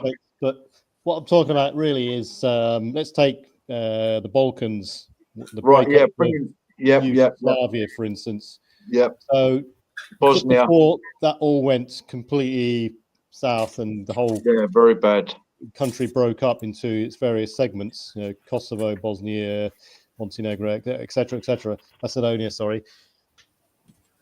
There was massive scale action by the government to enforce its wrath on the people, because it was either enforce its wrath now, heavy-handed, and hopefully things will stabilize, or that's it, it's all completely lost. And and it's been various places like Nicaragua, for instance, where the police are out in the streets trying to enforce their wrath, and they're just shooting people left, right, and center. Because if the government's lost control, there's no recourse. It's either you get this under control now, or that's it, finished. So, when I say heavy-handed, what I mean is, bullets are literally firing. You comply, or you're going to get shot. Really. Yeah. That's just martial law. They don't care. Exactly. Yeah. Get in the house, or you'll be shot. You don't go in the house. Guess what? You're shot. Yeah. Yeah, martial law. That is something Bob knows everything about. Everything about, basically. So And then, then it turns into the people against the police, the people against the state, and then you've got, you're on the board, you're on the path of civil war and stuff. At that point, you should have got out of the country. But what if there's mass civil war around the whole planet? Well, yeah. I mean, if they're talking about mass regime change, this is just not your one little country in the Middle East now that they want to just change the government. They want to change the world government. I mean, there's a lot of changes going on, and a lot of people don't realise. For example, even like the fact that there's the Pope is not even a Catholic. How many people know that the Pope's not even a Catholic? That he's actually a Jesuit. The Pope is about to. He's on his deathbed at the moment, I think. Yeah. He had I think he had a lung removed, and now he's got a wait. Wow. Sorry, he had a lung removed, but then the news comes out and says he has a double lung infection. How is that possible? Hey, Bob. Welcome back. Hey, Bob. Pneumonia. Hey, Bob. Hey, Bob. Got something to eat now, so I'll be better. I'll Oh, behave. that's good. I'll behave. Hey, Bob, you going live tonight? Maybe. Not sure. Okay. Maybe. If I think so, because the wife's going to be working graveyard shift, and I'll go live once in a while because I'll get alone. notification Because I'll you're be there. bored. Hey, Bob. What Yeah, time difference exactly, is it there Shadow. for me and you? I mean, I'm in the UK, Bob. It's now 8:35 p.m. What time is it where you are? 12:33 p.m. 12:30. So when you go online, what sort of time do you go online? Whatever about 8 to 10 hours from now is about when Bob goes on. Any time between his time, 9 and 10 or 11 p.m. Well, my time, Eastern Standard Time. It's like 9 to 11. You're like 4 hours difference. Yeah. Usually about 7 p.m. Pacific Standard Time. 7 All the p.m. rest of the math, I failed that course in school. 5 hours ahead we are. Yeah. So what's that? About 3 o'clock over here in the UK. Yeah, we're 5 hours ahead. Oh, sorry. My mind is wrapping around scrambled eggs and pancakes right now. So I think it's between 5 and 7 a.m. your time, dear love. Okay, thanks. Thank you. Actually, Venerable Owl has a question here. A part we haven't looked at is, do you have an emergency action plan that covers civil unrest? Mm-hmm. I can't say I have. Well, you either bog out to your well-stocked bunker in the middle of the woods and hope that you can self-sustain yourself there with all your food, or you stay where you are with your community and cohesive community that you built up with your neighbors and stuff. Make sure your security is on point. That you've, Amen. The reason why I'm laughing is because I saw myself wearing the gear that I bought, and for civil unrest, I mean, I've got the elbow pads. I bought ex-police hardened elbow pads. Yeah. Stab-proof gloves, hat, a big sort of hard hat. I'm looking into sort of getting a stab-proof, bulletproof vest, boots. Shin pads, knee pads. I mean, Peavy's got one of those shields, I believe. I got all sorts of stuff. I've got a police riot shield and stuff. I mean, it's all right now. If anything kicks off and you have to stand outside your house to protect yourself, or you and your neighbours are defending your house against whatever, you'd wish you'd be stood there with a shield, helmet, etc., etc., etc.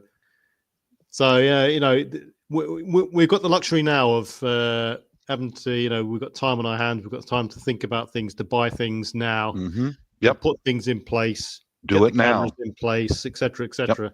You're right, PB. Do it now. It's too late when things kick off. Should have done this. Should have done that. Yeah, people are saying to me, "Oh, you got hand sanitizer before the Ovid came." Yeah. You should, that's what we talk about: being preppers, being ahead. So I've got the riot gear, like PV was. I'd rather have some kind of elbow pads, so people be throwing sticks around, bars, Yeah, iron bars, absolutely. throwing bottles, knives, machetes. You know, Guardian was going to chip in there. sorry, Guardian. No, you're good. Yeah. I think it's just there's a couple of good points as well that have been raised here as well. So Selenia as well says Yeah. civil unrest. Where do you stay, and where do you know when you have to leave your home? So like that's actually a very good thing to think about. Good. Mhm. And if you look at a lot of situations throughout different wars, it'll definitely tell you like what people have done when they've been successful and they've actually survived, and who's survived the longest. And you'll note that you don't leave the house during the day. You legitimately during any type of WAR situations, it's much better. And I've brought this up before, where you have certain members of yours staying at home in the evening, and one or two, quite often buddy systems work, that'll be able to go out in the evening, be able to scavenge, be able to get resources where they can, and then come back. For the most part, a lot of your group will try to, it really comes down to being able to look after themselves, being able to keep what you do have safe. Because during those situations, in civil unrest situations as well, and when things like that happen for a long period, people get really, really ugly and nasty. So you've got to be super careful on who you trust and who you let in your group. Sometimes the most innocent looking people as well can be the most dangerous. And I really mean because they can be very manipulative. That's right. Yeah. Exactly. Good point, guys. Both of you. Yeah, you got to be careful. So the best option, in my opinion, is try to avoid any contact with other human. Yeah. Tread carefully. Trouble is, what your location. So- Yeah, well, I mean, location is everything. It's literally everything. You've got to, have the gear in place now in case. You give yourself options, and you've got to be flexible. No, pay attention to things really. Yeah. Be prepared to fight. Keep acting. Be prepared to fight. Get trained. Get fit. Get food. Get water. Your shelter. And if you have to leave your house, what other alternatives have you got? Have you got a plan B? Have you got a bug out location? Do you have to go to that bug out location? Have you been telling other people about your location? And important people you may have to tell, obviously your family, but get the stuff now while you can. And I was just going to quickly show you this on one side. And my mindset was, well, if I have to fight to get out of London and fight through crowds of crazy people just to get out of London, then I have to. So I bought this. Yeah, I'd wear a sort of a loose coat over the top of that, so you're not walking around like RoboCop and stuff. Yep. Right. That's correct. Good point, PV. Yeah. Good Well, point. it is. I mean, this is just on top of my jumper, and on top, I'll wear that underneath. Yeah. So I think about it from my situation as well, when it comes down to having a family, because I have, you see, even though that's a very small group, I still I'm always cautious on the internet to speak about my family. That's why you'll never see my family on any of my content in any of my videos ever or anything like that, because I try my utmost best to obviously separate. I mean, anybody with logic will realize the importance of doing that. I'm not saying that those people with family channels shouldn't have them or whatever, but it's just, I wouldn't have a prepper channel and then put my family on it. It's just, counteractive. OPSEC, 100%. So when it comes down to myself, and if somebody asks, like in Selena's asking legitimate logical questions that are rational as well, I've always told my family personally that I love those, Duri. I love those, are great. Extremely strong as well for blocking. And in so many situations, if somebody comes at you with a knife or with a bladed weapon, you can defend so well with those. So I love it. It looks impractical, and some people might think it's impractical, but it's amazingly good at short hand-to-hand combat as well. Specifically, if you become proficient in using them. Go ahead, Duri, love. And then I really want to make a comment about. I was going to add on to what you were saying, Simple little things like this. Basically, I don't know, you guys have probably seen these before. They've got like a little metal thing inside them for when people have problems with their wrist. And it's like a bar to keep your hand in place. Love it. Yeah. Absolutely. That's Love got that. a metal bar in there. So if someone comes at you with a that. machete and you've got that on your hand. I'm not a jealous person at all, but I am slightly jealous. I will be honest with you and say, You can get that yourself. You can make it. You can make it. Yeah, but yours are like full, like, I guess you could, in a DIY situation, you can absolutely make something similar, but those are like just the style of them.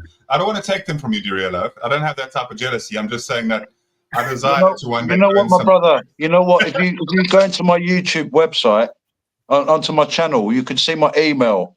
Send me your email, and I'd gladly send you 2 of these. That'd be 100% legit. I'd love that. And I have I can show you. I'll send you pictures as well sometime of my riot gear that I've got. But obviously, it's not something that I like to speak about too often as well. Bob would be quite proud of my little setup that I've got as well. Like the good deal. Base. Yeah. I'll share it with you guys sometime. You can get them from the doctor. You can get these from your doctors. Oh, a question for Guardian. Okay, CR is not present. Would you mind if I fired you sometime during the course of the live? Is that okay, Guardian? You're already one of those shifty South Africans. So I've got to have someone to fire. You fire me if you want, Bob, but I'm never going to go away. So I want you to always remember what I'm just about to say, Selena, because it's the same things that I always say to like my wife about if something had to happen to me. And you can, just on a side note, you absolutely can, Bob, anytime. It's always thank you. Okay. So you made my day. All right. Yeah. It's always like the most important thing that you can do at the moment, if you're capable of doing so as well. Like if you're physically capable, I don't know your physical condition. But if you are physically capable of doing so, it's extremely good to look up, if you're not familiar with how to do it, hand-to-hand or close quarter combat knife training. And just look at knife training, basic knife training, and practice that a little bit every single day so that you can have close quarter combat capabilities and people can't shoot through brick walls. So basically, for the most part, like you have the capability to defend yourself and then be extremely good at not being detected. So you'll essentially become like very, very good at not being detected at all times. There's multiple ways. Research it all the time. There's a really good channel, and even though they like advocate for gear and stuff as well, I'm going to give you a channel that you should look up, and like it actually helps for you to be aware of these type of situations. But there's a channel, and I'm going to promote them here if that's okay. Shadow doesn't mind me doing it, I'm sure. But it's called Active Self-Protection.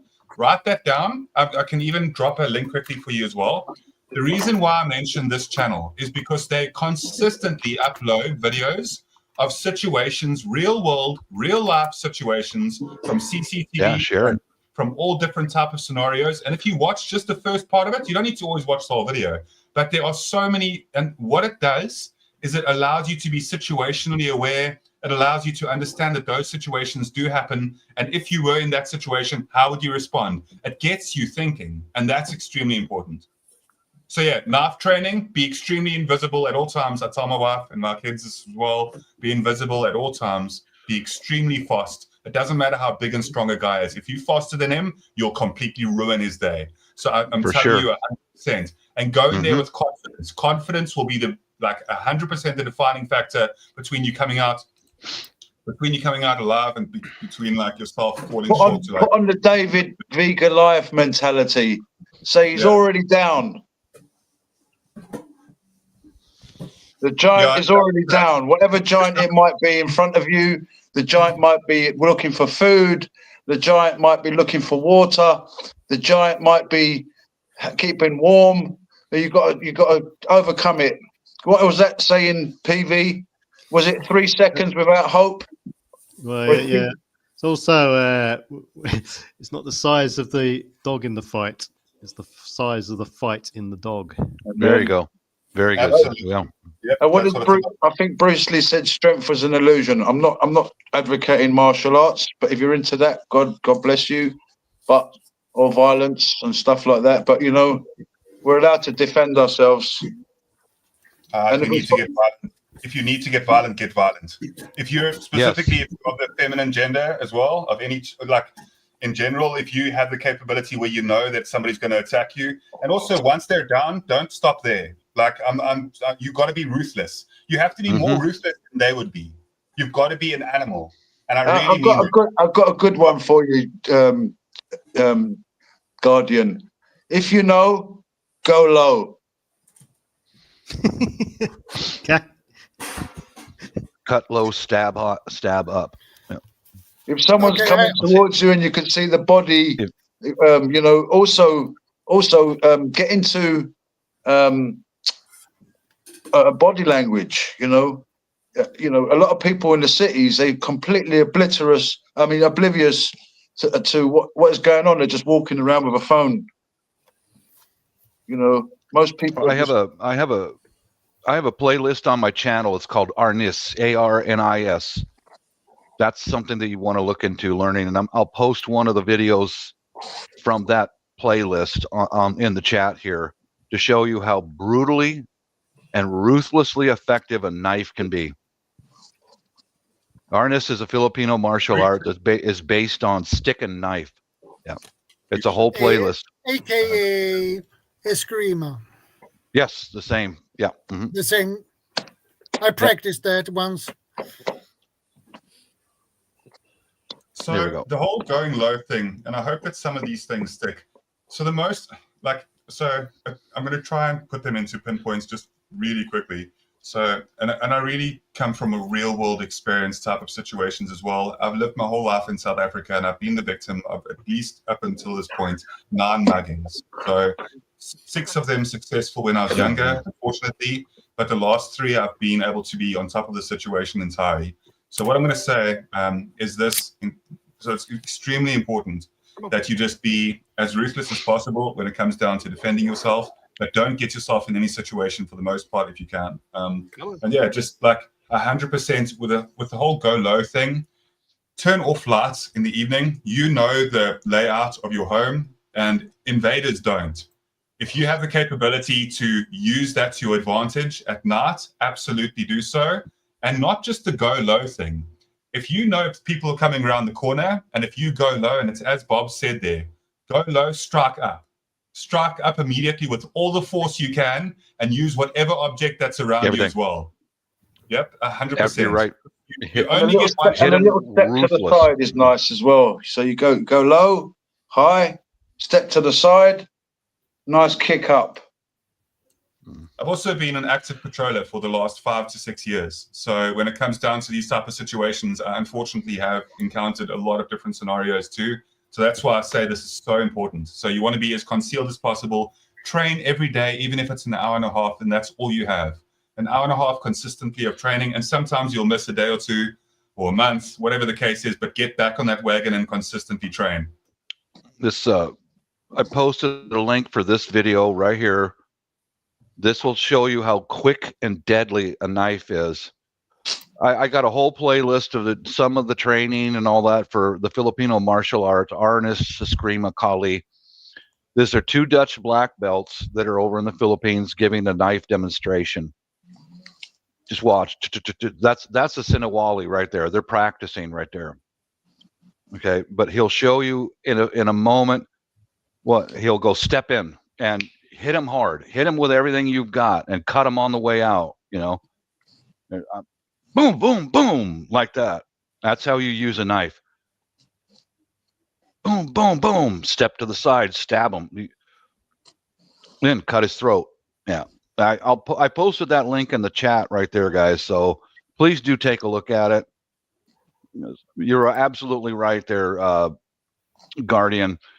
Using the knife, and yeah, you need to know how to use a knife. You really do. Yeah. Oh wait, I'm done.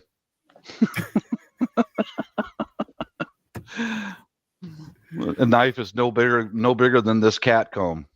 That'll take a guy out.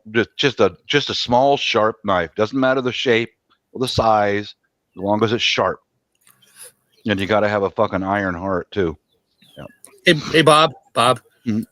You're fired. No, just kidding. Thank you. Thank you. By the way, this also protects your arteries, Mm-hmm. which is what I forgot to mention. Your arteries here. Yeah, that's awesome. There's a metal bar stopping them Well- from cutting my arteries. Shadow. A short Mhm. knife like this Yes. There you go. can be very effective. Extremely much. effective. If you've got an iron heart and fast hands, As Shadow, I'm glad to know that he and I both have had some eskrima. That's one of the most effective martial arts I've ever seen. It's very effective. See, DS is all about the, and I have no issues with it, with all the gear and stuff to go out if he has to get out. Yeah, my gear is a dirty, ripped T-shirt, dirty jeans, messy hair, food all over me, just looking like I an have that absolute too. slob with a hat looking Yep. cockeyed, and just wander around slowly like you're just part of the Yes. worthless masses of He's shit right. out there. Yeah. And then Get get out. some of that. You can get some of them stink bombs as well. Mm. Yeah, you don't In even need England, that. we call them stink bombs. Just pretend Oh, you're from yeah. another part of the He's- world and spread some of your own poop on your legs. The people will stay the hell Oh. away. Jimmy Yeah. Boyle style. Literally, shit your pants. Shit your Yep. pants. Oh my God. Piss your pants. Shit and piss. And I learned a lesson from an Army Delta guy, Army Delta Force. He went by himself across Afghanistan, all alone, no uniform. He dressed like the Afghanis. He's dirty. He can't speak the fucking language. So he was asked, "What did you do when you got to a checkpoint?" He said, "At volume 11, I would go,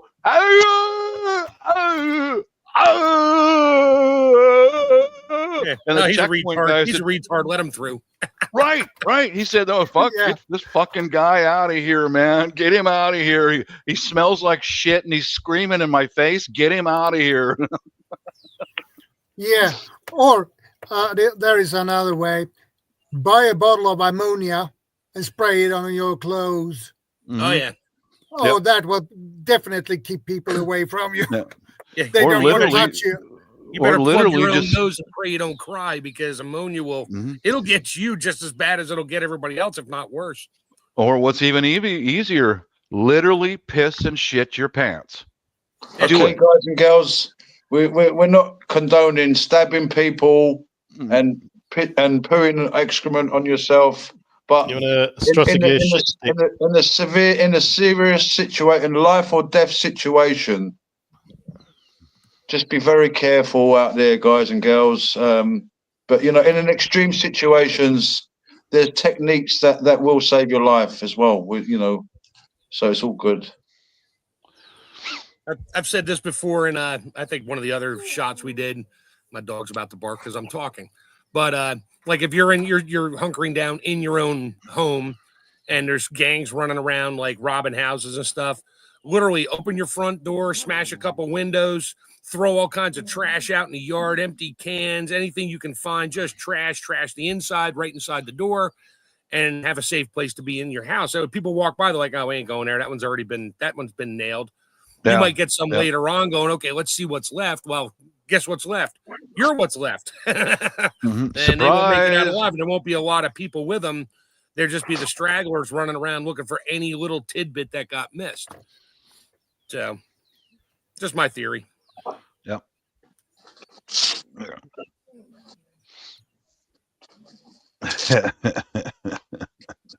Like I said, scream and piss in a circle. They'll fucking leave you alone, man. He's nuts. Yeah, walk around with crap Yeah, all over play your butt crazy, and no that- pants Yeah. on. It's a good. Hell yeah. Shit your pants and walk around with your pants around your ankles. Man, Yeah. people will not get near you. They will not get near you. And push a shopping cart full of trash.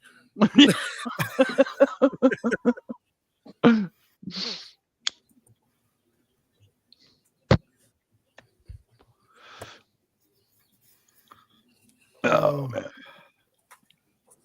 So what was the topic again? Oh yeah, what do we do when they have no control? Government or whatever. This I've told this to. I talk to a lot of people, Australian, New Zealanders, foreigners, and they'll yell at me. Your government is all fucked up. Blah blah. Your government. Your government. Your government. And I just answer back. I go. Every morning I wake up. I have a cigarette and a cup of coffee. DC doesn't affect my life at all. Yeah, tell them to post a meme that their government is fucked up, and see how fast they get arrested. Well, your taxes, you get taxed about it. Yeah, that's called stay away money. Here's your money. Get the fuck out of my house. I don't care what they do. I don't care because I don't see them. They don't come near me. They are not involved in my life at all. I comply by the laws. Paying my taxes and get the fuck out of my house. Get out. I don't need you. Do you understand my mentality? Oh, I do. Instead of sitting here watching, getting my mind all worked up over the government. Well, I focus in on what I can control inside of my own house, and that's it. So in your situation, Swede, you guys in Europe, this is new to you. The school shootings, the bombings, all that's fairly new. Get used to it. Yeah, as my colleague said, the government have no control for years. That's why we have this situation now. And if they don't regain the control, the next upcoming 5 years will be much worse. I think the main thing we got here is, and the problem is there is a survey. I don't remember what organization did that, but it lists the most corrupt and less corrupt countries. Right. And Sweden is in the top 10, which is good. You don't want to be in the bottom. You know what? Since 2015, Sweden dropped 9 places on that list. We are still on top 10. Yeah, there's a reason for that. Yeah, so that's I'm not going to say it, but why it is getting much worse. So funny, but I think I've brought it up once before, a while back. But this city for this year, that I'm in, is voted the 9th most dangerous city in the world. So we're year 9, in safety, measures, we're legitimately the 9th most dangerous city, crime rates in the entire world, which is just crazy to think about the city at the moment. And it's because of how there's a lot of reasons. I'm not going to go through the list now, but there's so many factors that need to be taken into account. But overall, I do believe that surveillance through the law enforcement is improving drastically at the moment. And we can absolutely start seeing a lowering of crime. It might not be pretty. It might start getting very ugly in how they're going to control and keep a cap on crime. But unless a SHTF happens, if we look at the way that things consistently, surveillance, 100% has gotten so much better. They can do facial recognition, from how far away now? And that just consistently better and better all the time. So eventually you're not going to be able to escape them. So whether or not you see it as a negative or a positive, that is something that we're going to have to see at least within the next decade. I would say within the next 10 years, to be safe, we will see the way policing is done now change tenfold. And there's a lot of negative people online. Well, you remember when part of Seattle was taken over by the radicals. There's so many people out there who will scream their tits off, and the cops did nothing, and the government did nothing, and that's bullshit. On the local news, local Seattle area right here, a couple times a year, you'll see a guy standing there in a courtroom. He was part of the George Floyd takeover, and we finally found him in another state, and he's going to prison because of facial recognition and idiots running their mouths. Their own people will turn them in. Yeah. So don't listen to the bullshit. There's so many negative people out there. You're all fucked up. No, the reality is that the law enforcement is still working behind the scenes, but you just don't see it. Yeah, I agree. Mhm. Definitely. That's the sad thing. Yeah, some police can't keep up with the pace. I mean, a lot of people manipulate the law in terms of they know if you're not an adult, you'll get away with far less. You can't be prosecuted for certain actions. So, I mean, like here at the moment, we're seeing problems with. I won't mention the big problem, but we're seeing a lot of problems with feral youths in gangs, drugs, and organised crime. At the moment, luckily they're keeping it amongst themselves. It's gang on gang, one street youth gang against another, and so on. And you get the other element, which are using minors to do their trafficking for them. Yeah, because they know, and their killings for them as well, because they know that if they get caught, they're not going to get the sentence they would have done anyway. So they're manipulating the system. It's They do that in the States here too. All the drug dealers they're just they have the kids run out there, because if they get caught or captured or whatever and arrested by the police, they're out the door in like no time. This is happening all over London. Yeah. Everywhere you go in London, it's a fad here. Have a good one, Selena. Have a good one, Selena. Have a good one. Here Thanks we for got. stopping by. I appreciate Has it. anybody heard of Kate Moss? Yeah. Kate Moss, a very famous model. She was she got in a little bit of trouble some time back because she got caught sniffing lots of stuff up her nose, and then a little shortly afterwards, she got her face was on the actual. I think it was it the Vogue or one of those top magazines or one of those women's magazines, and it said the London look, and I was thinking, look at that, they're advertising it, it's here, it's all over the place, it's literally all over the place, there's no area in London where there's no dealers running around, and they're doing it blatantly in front of you every day. If they're not selling weed, they're selling cocaine or other stuff. And they're bringing it on mopeds, zipping by every day. They just got people doing it all over the place. It's just one big. London is just it's gone, But it's not just London; it's all the cities around the world. You got problems in America. You got whole sort of streets with people just walking around like that. Yeah. Bent over.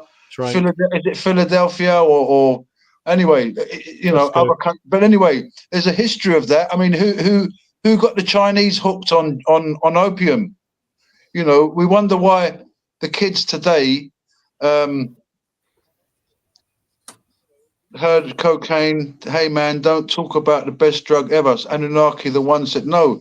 Well, actually, the coca plant was used by the Andean Indians when they were climbing the mountains, when they were moving their house, because they had a big 2 long sticks.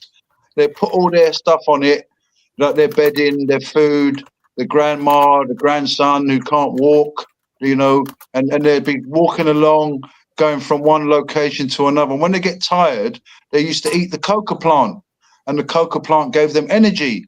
I mean, if you're going to say that, Anunnaki, I might agree with you. But when you start saying cocaine, I mean, the amount of deaths that have been caused from cocaine is ridiculous. The love of money is the root of all evil. And when it comes to cocaine, I mean, if you said, "Oh, I love the coca plant because it gives me a bit of energy," but what about the body bags coming back from Vietnam? Don't get me started. What about the contrabands? Oh man, let's go. Anyway, let's keep back to the subject. Mind you, this might be actually a good one, because what are the drug dealers going to do when they change, money, when there's no more cash, and how are they going to get their money? Yeah. That is a good We've question. also got a problem in this country with people using shops as places to wash money. So they'll have a shop, they'll have one customer the whole day, and they've made 10 quid really, but then they've put in the books, we made £2,500 today. And they're right, washing money. So not only have we got all these drug dealers running around, we've got cokeheads that want to, if they can't get their fix, they want to steal, they want to rob, they want to kill. Sorry, Anunnaki there, but I wasn't having a go. But it's just when you say about cocaine, I mean, that's caused so much trouble in the world. Cartels, children trafficking, it's all connected. To say that it's only just now the government's lost control, but did they even have control? I mean, who knows of the history of a government that had it all sussed out? I think when you've got a dictator, the population behaves themselves. When it starts to get a bit more liberal and a bit more down to the voter base, people start misbehaving. just like there's various examples around the world: Tito, Saddam, etc., etc. Well, I'm gonna bounce out of here again, guys, and go look at those cute little baristas and chef. By the way, you were fired as soon as you woke up this morning. You were fired immediately. I knew Guardian, that. My first Bob, Guardian, fucking I'm fired. Guardian, you shifty South African, you're fired right now. I am taking the same route out that you are because I've also been on stream for since the beginning. Thank you for having me up on panel, and I really I really appreciate it as always. It's awesome to chat to you guys, and catch you soon. Goodbye, Bob. Bye, All right, all. peace out. See you later, JP. All right, later, guys. Later, Bob.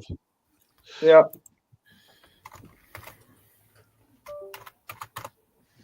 Another 20 minutes for me. Yeah. Well, everybody's bailing. I've got seeds to sort out. I'm on my sprouting regime at the moment, so I've got to go through and rinse all my seeds out and stuff like that, harvest a new batch and so on. And here I am pulling more jars of tomatoes out of my canner, but my GoPro died, so can't see it. Yeah, get your little projects going. Yeah. Yeah. Nice idea would be to have a nice med kit as well. Make sure you've got your meds. Because if there's, government control meds as well, maybe, I don't know if they lose control, maybe the supply, like you're saying earlier, PV, about supply. Oh, yeah.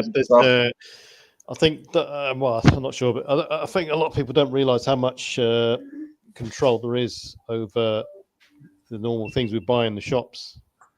I mean, example, when the word got kicked around that COVID was approaching, immediate controls were imposed on just about every retailer and wholesaler in the country for selling any form of PPE, sanitizer, masks, etc., etc. I mean, I got wind of it in the later part of December. I got tipped off by this Vietnamese bloke on you, and we immediately topped up our preps enough to make a sick room because we didn't know what was coming. This thing was coming to our shores, disease X, etc., etc. And you didn't know whether it was going to be, a Marburg level virus or a cold virus. So we immediately topped up our preps, and this is what people should be doing all the time. Keep your eyes. We've talked about this before. Keep your eyes and ears open. Keep your intelligence network going out, scoping out what's approaching, the threats, etc., etc. Have a base sort of level of preps for those threats, and if you get wind of something that's going to happen, then you can top those preps up to a more substantial sort of base. So that's what we did. So I immediately bought loads of gowns, more plastic sheeting, face masks, PPE, etc., etc., etc. And about a week after I bought it all, the shutters were rolled down. they were literally, you couldn't get anything anymore. The government had told all these retailers and shops that stop, we're diverting your stock to government control. So, yeah, you know, things at a moment's notice can disappear from availability.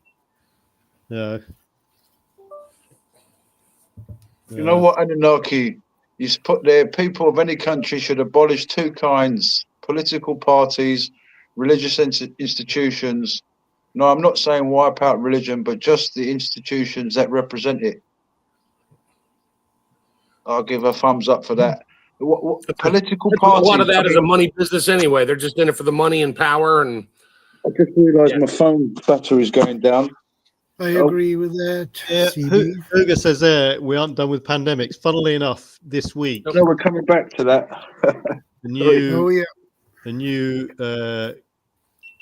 COVID, not COVID, a new coronavirus was discovered. Yeah, the new bird, the new one with wings. Yeah, Corona with wings. Let's call it that. Must have drank a Red Bull. This was another bat-derived coronavirus. Oh yeah, the bats. That's right. It's all about. Why aren't we killing all the bats then? Sorry. This was another one discovered in Wuhan this week. Funnily enough. Of course it was. And yeah, exactly. It was Dr. Fauci flying by. I mean, every 10 to 12 years, a virus kicks off anyway that, you know, makes a bit of noise. So it's going to happen again at some point. You know, we've had experience before. We know what happened in the last one, what to expect, what actions that people took, and what levels of control were imposed on people. So it shouldn't be surprised when the next one hits. Stay safe. God bless. Try to get kitted out. Try to get, you know, alcohol. Well, I mean, yeah. So you know, general. Not drinking alcohol, but for cleaning. I look at preps in terms of, you know, there's you got stuff which you need every day, so food, water, etc., etc. They're by the by, but other threats, the threats you are faced with, build up a level of equipment that will mitigate it against those. Prep for a certain period of time, and if you can't afford to go all the way, then you're prepared to bolster those preps up when that particular threat comes towards you. So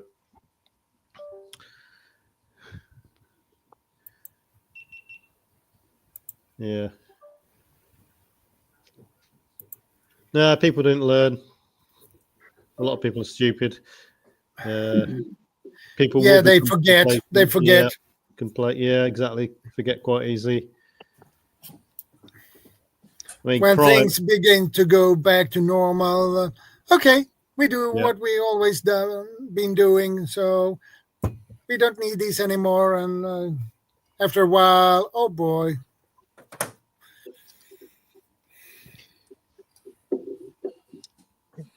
Security and crime will become the biggest thing on my radar when control disappears.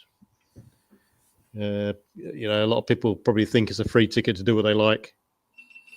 Yeah, and that is what I feel here. Yeah, they literally don't know. You know, they literally know that there's going to be no consequence, so they just get away with it.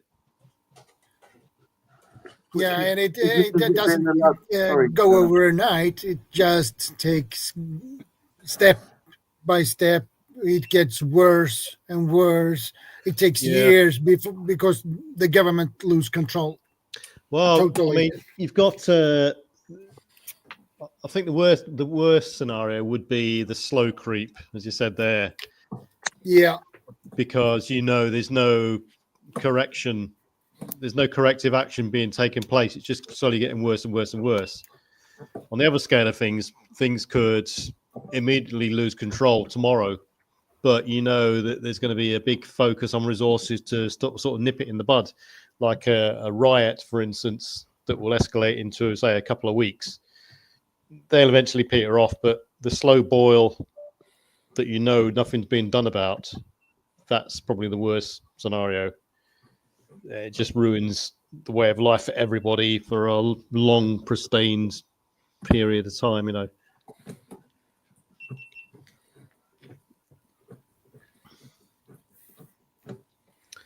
So, if you are in the position where it is a long and drawn out thing, and people can't see any sort of light at the end of the tunnel, or they can't see the situation getting better, maybe people want to start looking at moving away, moving to a better location in the country, or leaving the country altogether, seeking asylum somewhere if it gets that bad. And in many cases, there's quite a few countries in that situation now. Sorry, PV, just coming back to the meds that we were talking about.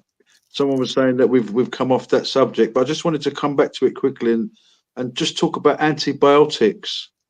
We can't get that from the counter.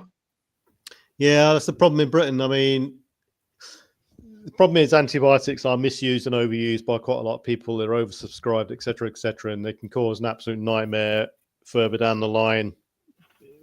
When resistance. I mean, we're almost at a point where antibiotics are useless against quite a lot of things. It depends who you speak to in the medical field. A lot of people will say, antibiotics on the verge of being ineffective because they've been overused and misprescribed, etc.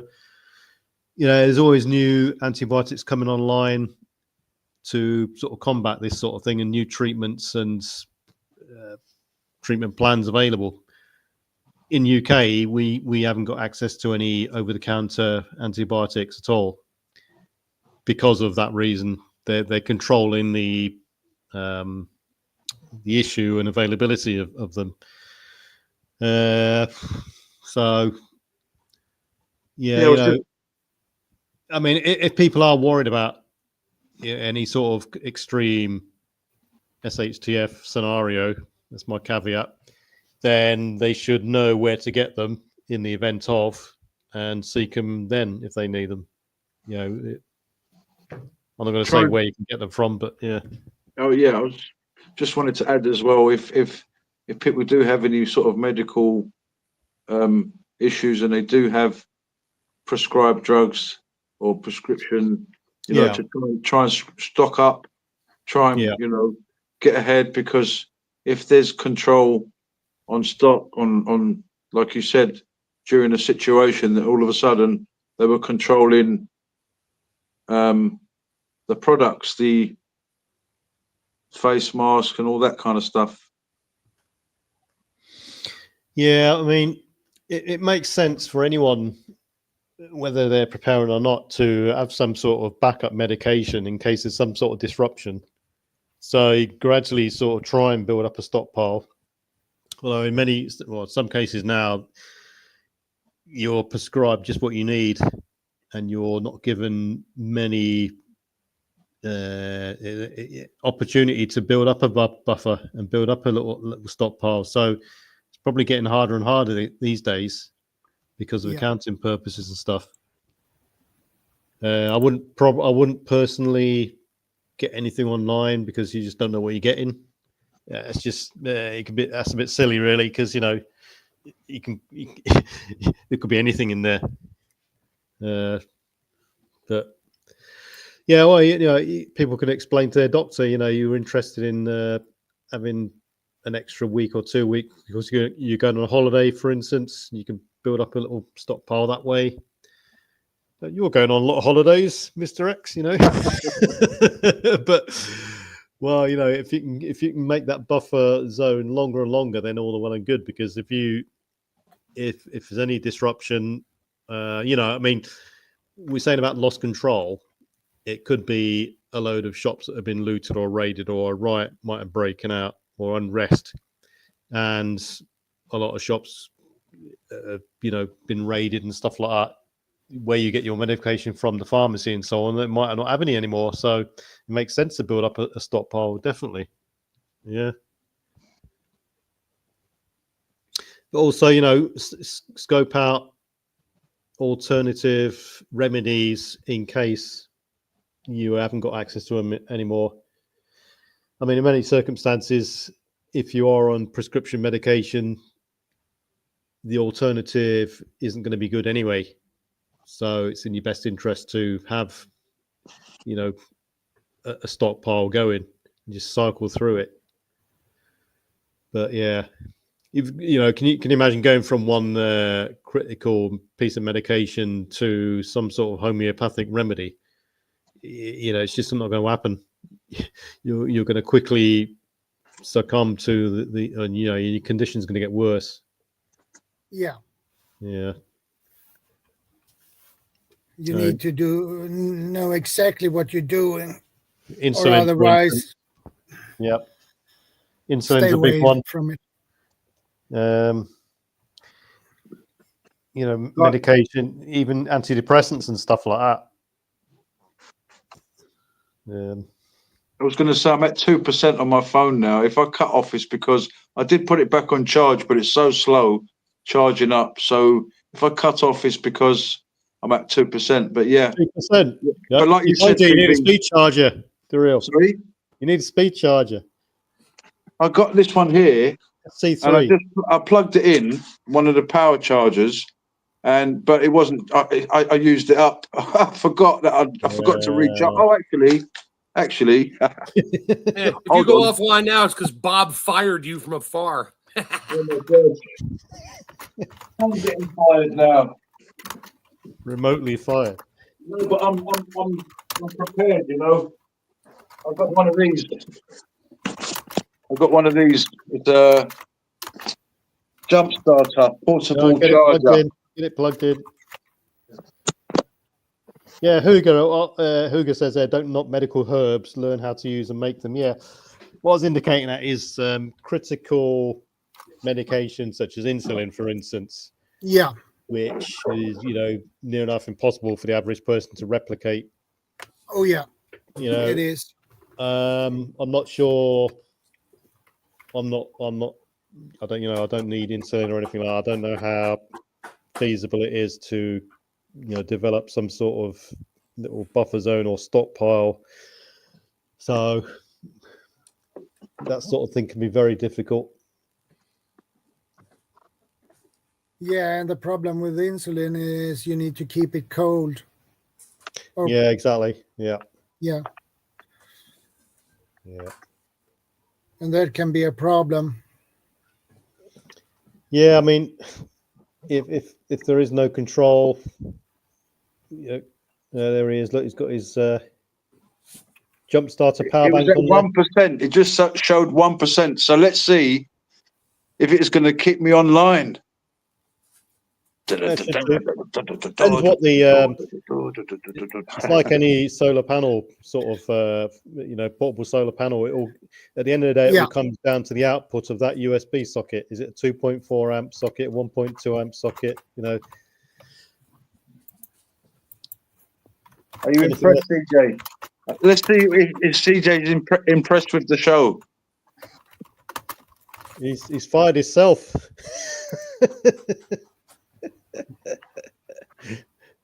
Well, I'm still here. 1%. It's on 1%. Is it going to go to 2%?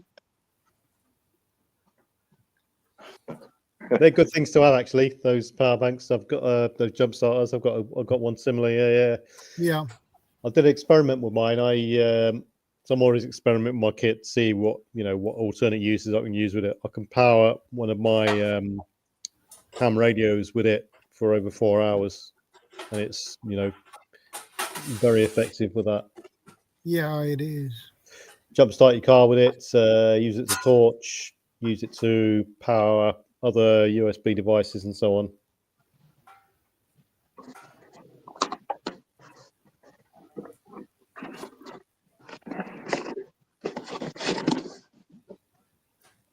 $1,000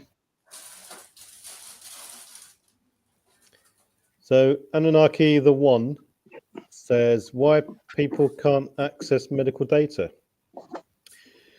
Depends where you are, I suppose. We've got the Freedom of Information Act, which means you can access your own medical data, but you can't just walk into a medical center, for instance, or a surgery and say, or a hospital say, I want to access my medical data. You have to put it in writing. And if you want anything like, if you want it on paper or anything like that, or you want a print out of your x-ray or anything like that, you have to pay for it because you're using their paper and all that sort of thing. Yeah. So it's, you can access your medical data, but it's a long drawn out process, really.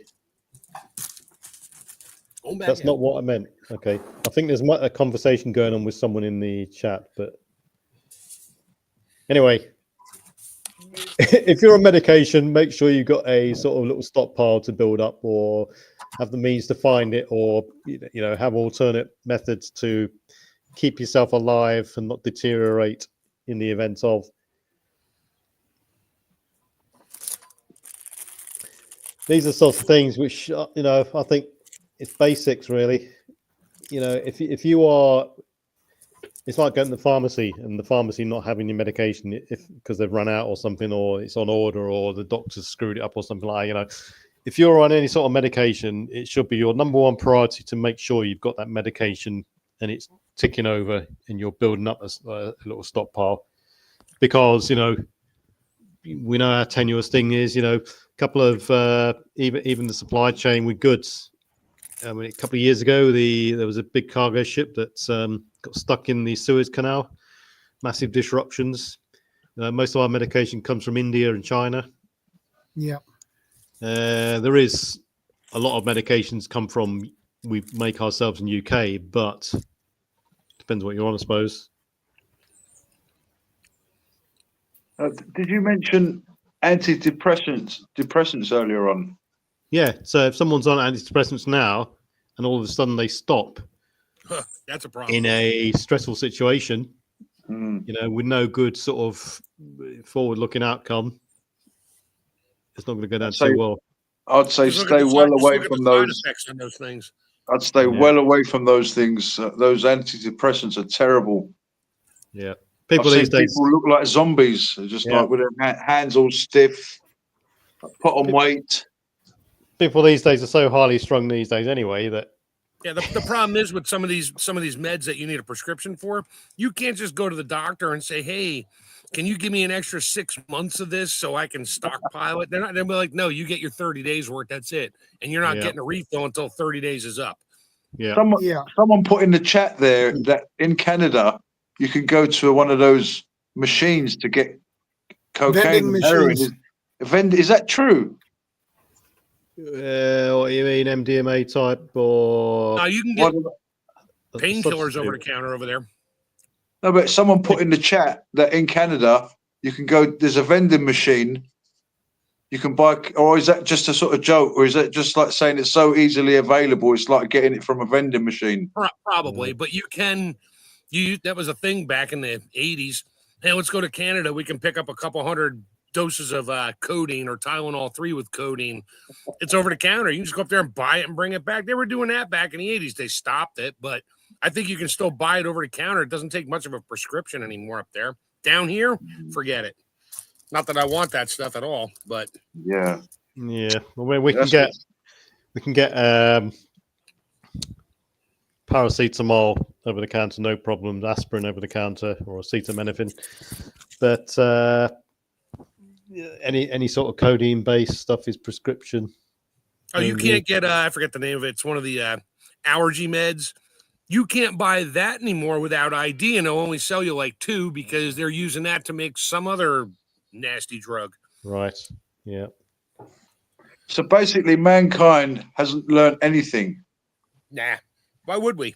It's no fun. So basically, they're sort of like cave people, but with some sort of technology.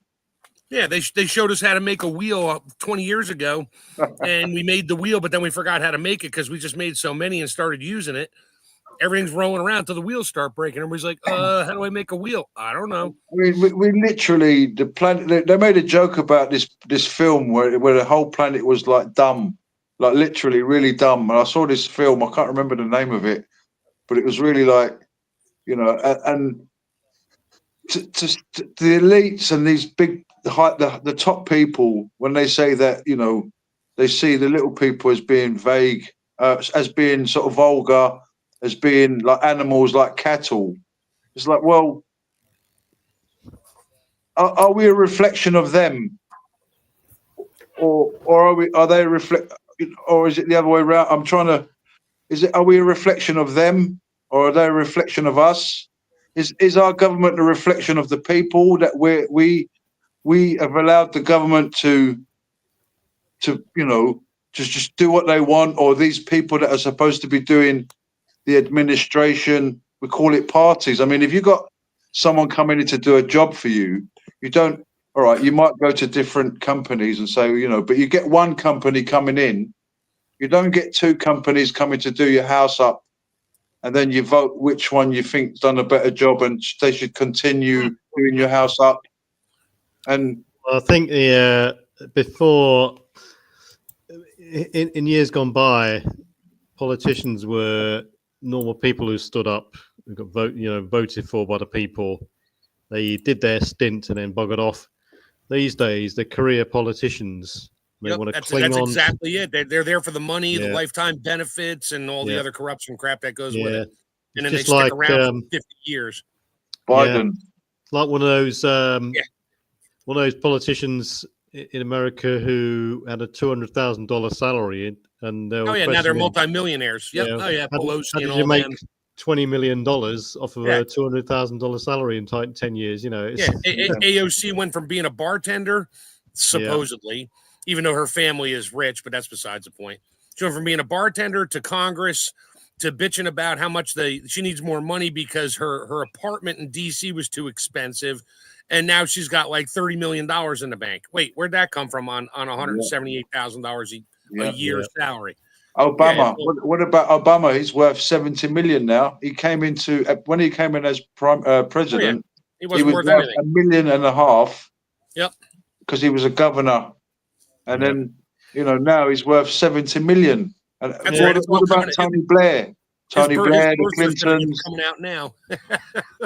In fact, they haven't got no control because they're still not stopping these children that are getting shipped all over the place. Where do you think the money's coming from? Exactly, and all the dukes and the dukes, all these royals are all staying really quiet, and then we find out billions go missing in this war. We wonder where those billions go. I mean, who are the billionaires out there? Who's got all the billions? Follow the money. Follow the money. Follow the money, and we see them in their big mansion houses, living it up. And there's like millions died over there, millions died, viruses, and people on drugs all over the place. And yet these guys are totally oblivious. They're on another planet, another world. Ha ha ha ha. On red tape events, and people following them. We love you. We love you. I mean, they don't even know who they love. They just love them. Well, we can say what I am hopeful when I say that with a really big grain of salt, that what's going on currently in the U.S. will actually continue to happen and catch on around the world, because it seems like it is, but I still don't believe the media. Because I think it is slowly going that way. We're hopefully we're going to have our similar moment in 4 years' time, but we'll see. But anyway, I've got to shoot off. I've got to see some stuff. Always good to see you. Take care, PB. Right, so see you later, Mark, Daryl. Later, man. And I'll catch you in a bit, Shadow. Yeah. All right, have a good one. We'll see you next week. All right, have a good one. It's down to me, DS, and Shadow. Galinixta, by the way, is good night in Greek. For anybody wishing to, learn a bit of Greek, Galinixta is good night. That's Greek to me. Yeah, or buenas noches in Spanish. Yeah, very interesting subject. And very good subject, Shadow. Stay clear. I think because nobody has this all the time. Sorry, Shadow. Because nobody, as far as I know, have this topic. As far as I know, there is no one. Yeah, there you go. So the only one thing I pray for all the time is that I never need all the stuff I've accumulated, including the knowledge. I hope that maybe in 15, 20 years, me and my kids, grandkids, whatever, friends are going to be sitting around outside on a deck having a barbecue, cooking up all the food I prepped. going, I remember making this 15 years ago and I freeze dried it and oh my God, it tastes great. Why'd you do that? It's like, well, we thought the end of the world was coming. So I hope it never comes. I'm looking forward to, but you know what? I'm still prepared just in case. Well, sadly, it's unstoppable now. Yeah, prep for the worst, pray for the best. The trouble is with these people now, these rogue governments, these bolted horses, is they've seen freedom, they've tasted freedom. They're like, if you've got a captive animal, if when they release an animal, when they lift up the door, what does the animal do? He looks around. He either bolts out, or some of them will look out of the cage and go, "Yeah, I'm not going there," and they go back in because they were getting free food, free everything. They're like, I don't recognize any of this stuff. It depends on if it's been a bit tamed, But if it's a wild animal that's been captured in the wild, and if it's a type, in some cases I've seen that as well, but they're more rarer than most cases. Most cases they just bolt out and they're gone. So they're out of there. So I was going to say that we've allowed this to happen in a sense because. Hey, CB, I think it's whatever's comfortable for you. Placement is everything for your personal comfort and being able to know where your stuff is, and wherever you put it, leave it there and work with it, learn it.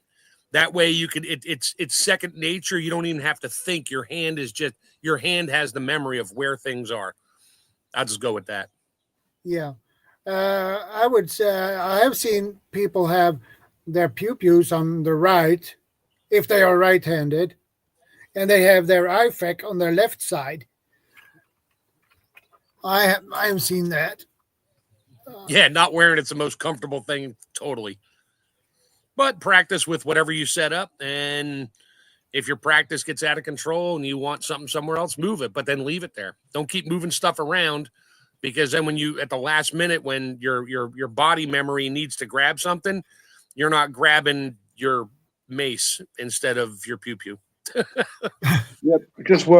Also it's a good idea if you're putting a kit together to make sure it's comfortable. Don't just get a load of kit, just whack it on and think, it's very easy to get a load of stuff, put it on yourself, and then you start walking and it's really sort of digging into your back, or it's not comfortable here, it's unbalanced. Each to their own, really. A lot of people have different setups. Yeah, I've seen people have their pew-pews on the right side and the knife on the left side and the IFAK on the back and the ammo pouches on the front and the water bottle on right side, back. So it depends on.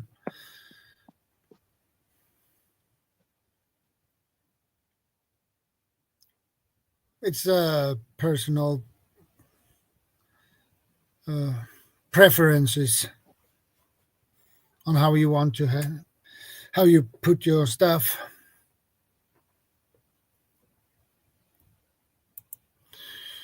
Vest is super uncomfortable. I have worn it, but hate it. It's complicated for girls. I would imagine. I would imagine that. I mean, you just have to get a fitted vest, basically, which can cost you twice as much as a standard one. Yeah. Yeah. In that case, it's better for a female to have a harness, H harness, or something. Well, just go ahead. Yeah, sorry. Or just have one at the back, and at the front, you can do mods on that. You can just have a plate on the back, and then you can get smaller plates for the front and fit them around so they fit. And as long as you have a vest that the pockets for the plates are fitted properly and not just a standard off the shelf everybody thing, but just a generic one. or get some kind of backpack that you can wear on the front. Yeah. Yeah, it's like a what they call it, funny pack. Yeah. It's like that, but you can wear it in the front, but you can also get one that's shoulder supported. That's a little bigger, so it's not a full-blown backpack. It's more like a day pack. Yeah, you have a H harness attached to a belt, and then you have the funny pack on the back attached, which Yeah, you can swap it around. If you have like a day pack type of thing, you can put it in the back, put it in the front. Depends on where you're at in your situation. If you want it in the front, you need it in the front, put it there. If you don't, you can get these covert packs as well now. I think Viper do covert packs where you can wear it's like a backpack that you can wear in front of you, and so that means you could have a plate at the back, and then you could have a backpack here. But what the backpack has, it's not close to you. It's got these pockets where you could put plates in the front of the bag. So that leaves you like, maybe perhaps 5 inches gap. And then you've got you could even have a concealed in the backpack, and the plate in front of the concealed. Yeah, because that becomes a compression zone in case something hits you doing 2,500 feet per second. So instead of your body being the compression zone and getting bruised and the wind knocked out of you, it's not as bad. And yeah, there you go. And so that protects you even better and allows you not to have that moment of shock and awe where you're just stuck there trying to catch your breath. And you can move on a little quicker to at least get out of the way. Oh, yeah, all kinds of stuff there. I mean, you can get abdomen protection there. That's more like a chest rig, abdomen. Yeah. But then you can get. Yeah, this is a chest rig. Yeah.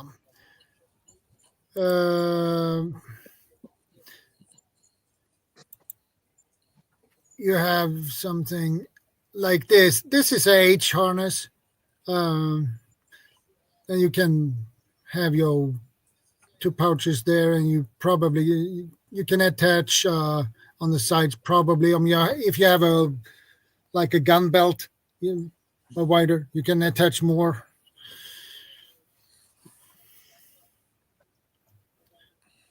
Those are really comfortable to wear.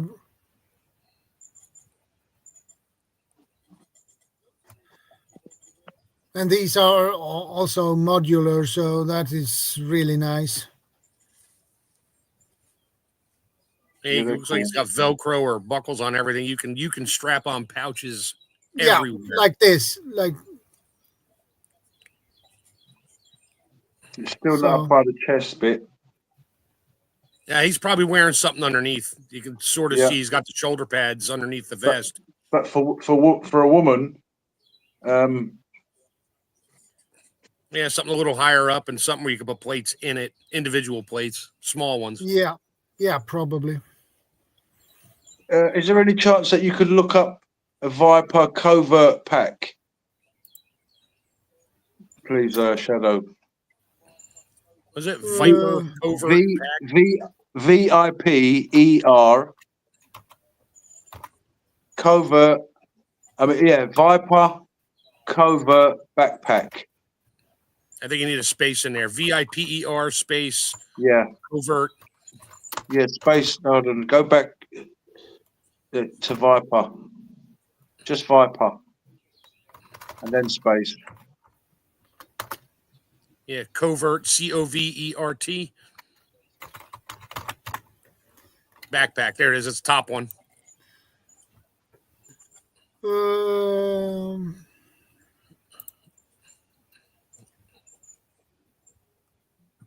Yeah, they're all different sizes. Yeah, you see they've got a big pocket at the front. You got a zipper. Yeah. So you've also got so for a woman, she could wear that on the front, put the plate where the zipper comes. Yeah, exactly. Where that zipper comes down, like in there. You can even put the plate in the back of the backpack or the front. So if you're a guy, you can put your plate in the back of it. When I say the back, I mean against your body. Yeah. Against, and then you could put a plate, or you could put a plate in the zipper where Shadow was just showing to zip it down. Yeah, so you could have a plate in two places. So that's an option You have for a zipper here. ladies. You have a zipper here, and you have a zipper here. Yeah. So this is the main compartment, I believe. Yep. And you can buy semi-flexible plates of all Thank you, different Shadow. sizes. And so if you have a backpack you like and you're good with a sewing machine or the needle, you can put your own little pouches, pockets in there to slide in whatever plates you can find, and you overlap them, do whatever you got to do, and that way you made your own custom one. It's just for you. It fits the way you like it, and you're not stuck with an off-the-shelf whatever.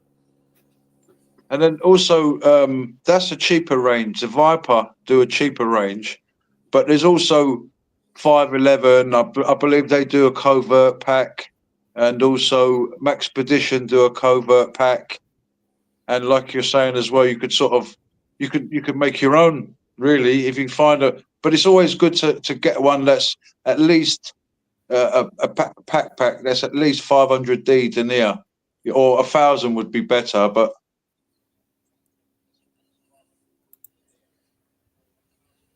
Yeah, that's my one. technical belt weighs my pants down. Yeah, I think cops do this. Cops wear suspenders. I've seen it underneath their shirt. They clip on because they got like 40 pounds or 60 kilos hanging around their waist, and they get in and out of the car with all that crap stuck to them, and they don't exactly get out of the car and hike their pants up. I've seen suspenders underneath their dress shirt that holds up that whole weight, so it's not all around your hips; it's on your shoulders. Some of those police officers wear so much gear, it's ridiculous. Oh yeah. Yeah, 3%. 3%. Look at that. Sweet. Get yourself for an emergency. My phone was nearly dying, literally on 1%, and it came back from virtually nearly, me disappearing. Maybe some people might be saying, "Yeah." Anyway, I'm back.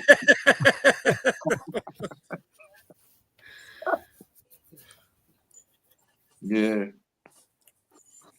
I got about another 10 minutes. I actually have to run to the store and get a bunch of stuff that the wife asked me to pick up today, and I can't say I was canning all day because she knows how long it takes me to do stuff.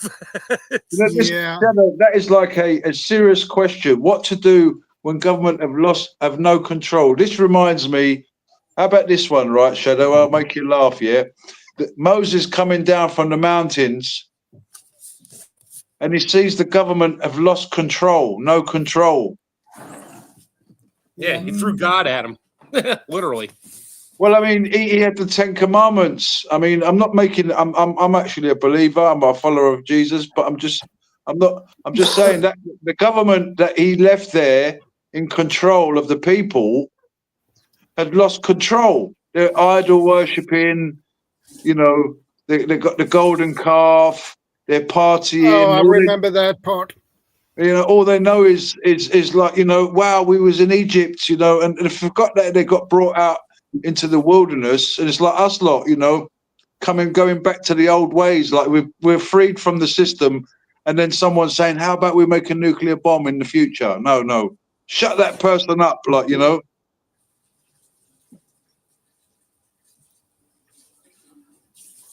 Yeah. I think they decided to make their own system based on an old system. They're like, well, this doesn't seem to be working because our one person walked away. Let's go back to the way we used to be. Let's go do what we did before. And that could eventually happen with world governments and that. It's like, oh, look, we have the greatest government in the world now, and it starts disappearing. They walk away, and all of a sudden there's a brand new government that's just like the old government walking right back in the door. Yeah. So what did Moses do? He chucked the commandments on the floor. He said, what's going on? You lot of, Aaron, he left his brother in control, and You know, he basically didn't know any better. He didn't know any better. He's like, what do I do? What do I do? What do I do? Oh, well, this is what we got brainwashed with. You know, Moses is thinking, hang on, no, there's something better than that. But people couldn't see it. And it's the same thing today. You know, they just don't see it. And even like if the government have lost control now, we're going to see the true colors of the people. That's what I was saying earlier. It's not just the 1% we got to worry about. It's not just the top people, the elites, and not just the people that work for them and protect them.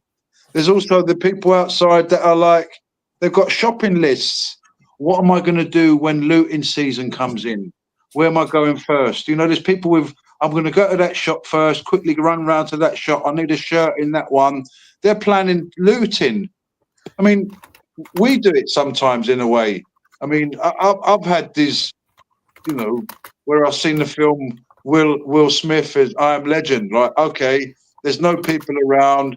I'm going to get the latest Mustang out of the showroom, driving around. I'm going to go to the gun shop and there's no one around. There's no law and order. Everyone's, you know, there's only zombies at night time. So there's people planning, you know. I even had my little mind and thought, well, what would I do? Would I just get a 4x4? Yeah. So basically people have lost the plot and you know, they're doing the same thing, aren't they? They're like looting. That's what government does. Looting, robbing, killing, stealing. The government's looting while they can. Well, this is what, and then so their masters, the dukes, all these people, they're booking their places in that 500 million that are left alive. Yeah, I want to be in that 500 million. When you kill the 7 billion people out there, sorry, sorry. Yeah, whatever. DJ, you don't see what he's doing behind me anyway.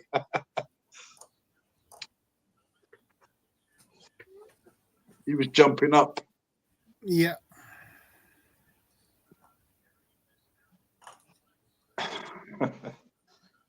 Yeah, so keep it clean. Don't go back to the old ways.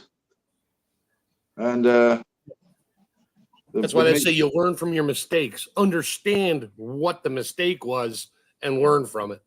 Yes. Yeah, that is a good advice. Because if you don't think Most it was a people- mistake, you're just going to you're going to grow on your old mistakes, not knowing it was a mistake. Most people learn from their mistakes, but there are sadly people who don't learn from the mistakes and repeat. Einstein even sort of confirmed that they don't learn, because he said they'll be fighting with sticks and stones in the Fourth World War. Yeah, well, here we are.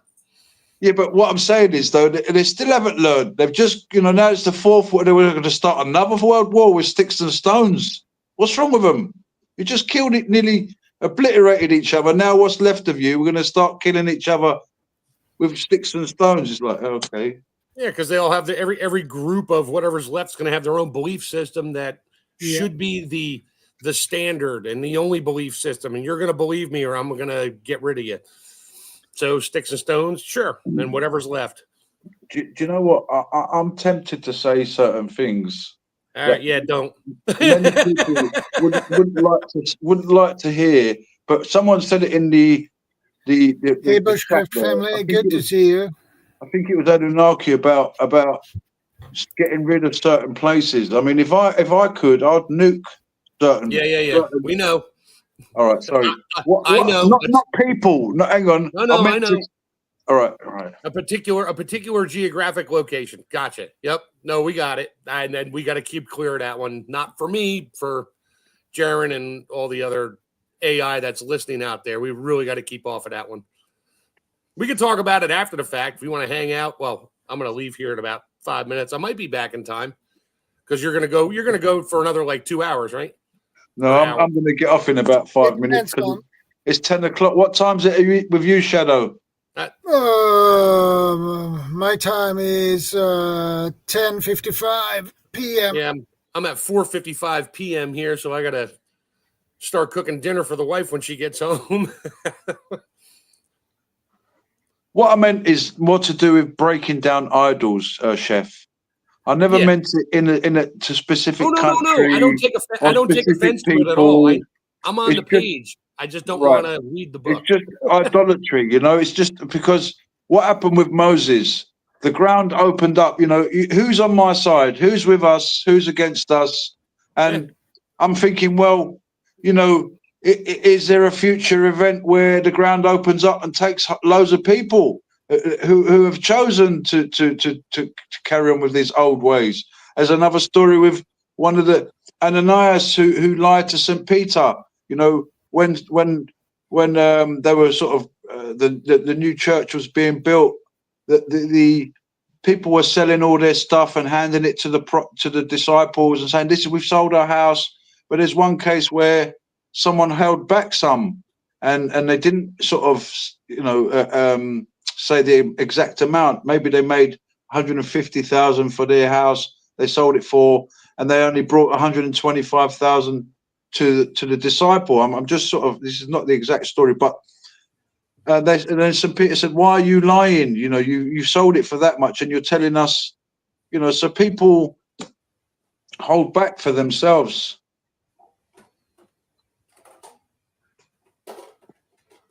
Hold back stuff. Oh, people will lie for greed, usually. Whether it's greed for money, greed for power, greed for their self, that's not a good thing. You know, thou shalt not covet. I want what you have, and I'm going to take it. Well, there's, and their excuse is that we are animals, we're goy, we're cattle, you know, we're calf, whatever we are, whatever they call, you know, but you know, we're just human beings, you know. At the end of the day, we're just human beings, and I mean, and there's some humans that think they're better than other humans, and that's their belief, you know. And you're not going to change a belief system of a group of people. You're just not. So just stay clear of them, you know. Sadly, these people have got nukes. Sadly, these people that we're talking about, you know, they're crazy. You know, we're just normal people. I mean, we haven't even got, certain people haven't got, you know, access to safety equipment like PPE stuff and the real good stuff. You know, people have to go and try and get army surplus stuff. It shows you how much we're ready for what's coming. And yet you hear stories about billionaires have got trillionaires have got bunkers and what have you. I said they'd rather rule over the ashes if they can't control anybody. Yeah, we're fighting. It's like they're fighting for the gravesite. Yeah, but they don't care. That's the thing. They're psychotic. It's pride. They're mental. Pride. They don't care. Yeah, it's I'll pride. just kill everybody and I'll be by myself and I'll be happy. You know, until you're dead. And you got Samson, there's something called the Samson option, the Warsaw option, the London option. Kill them all. We'll figure it out later. Yeah, you know, it's like the film Predator when he can't do any more killing. There's too many of the aliens around him. Now he's got his little wrist thing, his little nuclear bomb pack. That's a self-destruct. Yep. If I'm going to die, I'm taking the rest of you with me. And that's what it comes down to for a lot of theoried people out there. There's a bit in the scripture that says nature will destroy those who destroy nature. Nature will destroy those who destroy nature. And the meek shall inherit the earth. I'm thinking places like cities around the world, is nature watching us? Yeah, nature's always watching. God's always watching. So there's that. So places like the cities, they're definitely putting a strain. You know, they're producing, you know, they say civilization. Welcome to civilization. And you walk out of the back of your block and there's rubbish everywhere, needles. And this is the peak of civilization here. Everyone wants to come to London. You know, all my family in Greece, they think we wear bowler hats and walk around with umbrellas. And the fact is, they come here. People come here and they get a shock, or they go to America and they get a shock, or they go to wherever they get a shock, and you go to France and you get a shock. There's literally no-go zones. This is so-called civilization. This is what we've been working for all these years. We got a couple of those in America. We got like Dearborn, Michigan. There's like a whole bunch of no-go zones there. You just don't want to go there. Cops they don't advertise it, but people know. You just don't go there because you ain't going to make it out. It's that bad. But, they just let them create their own little country within a country. And, okay, well, you guys just stay in there and do your own thing. We won't bother you if you don't bother us. Yeah, well, guess what? Their bother is starting to increase in size, and they just do the slow creep out into the society. And now they have a bigger no-go zone, and then it's a state which is a no-go zone, and it's half the country. I mean, yeah, we don't want any trouble. We don't want any trouble. We'll just leave you alone, okay? Yeah, just be nice to yourself. Do whatever you do, but just leave us out of it. We'll move. We'll get a little further away so you can have this place too. And that's how tolerance is not really in the Bible. Not tolerance for that. And what about those prisons? They just let the prisoners run it, right? Yeah, you lot could just get on with it. Yeah. Hey, y'all kill each other. That's South fine. America are those ones? I think they're in South America. But Yeah. I mean, how did they get South America to be such a state as well? I mean, a lot of these dictators, it turns out a lot of the dictators that done that to South America, a lot of them were educated in American colleges, universities. Mm-hmm. You know that, Chef. Oh, yeah. And you think, well, how come, okay. We gave them free education over here because they're a foreigner. Oh, come on over. We'll teach you everything. And then they take it back to their country and use it against us and everybody else. Again, putting it in their pockets. Well, I mean, they were taught well. Oh, yeah. They were taught very well then. Well done, lads. That is how you carry on with corruption, Just keep all the money for yourself. Yeah. And the chef dropped.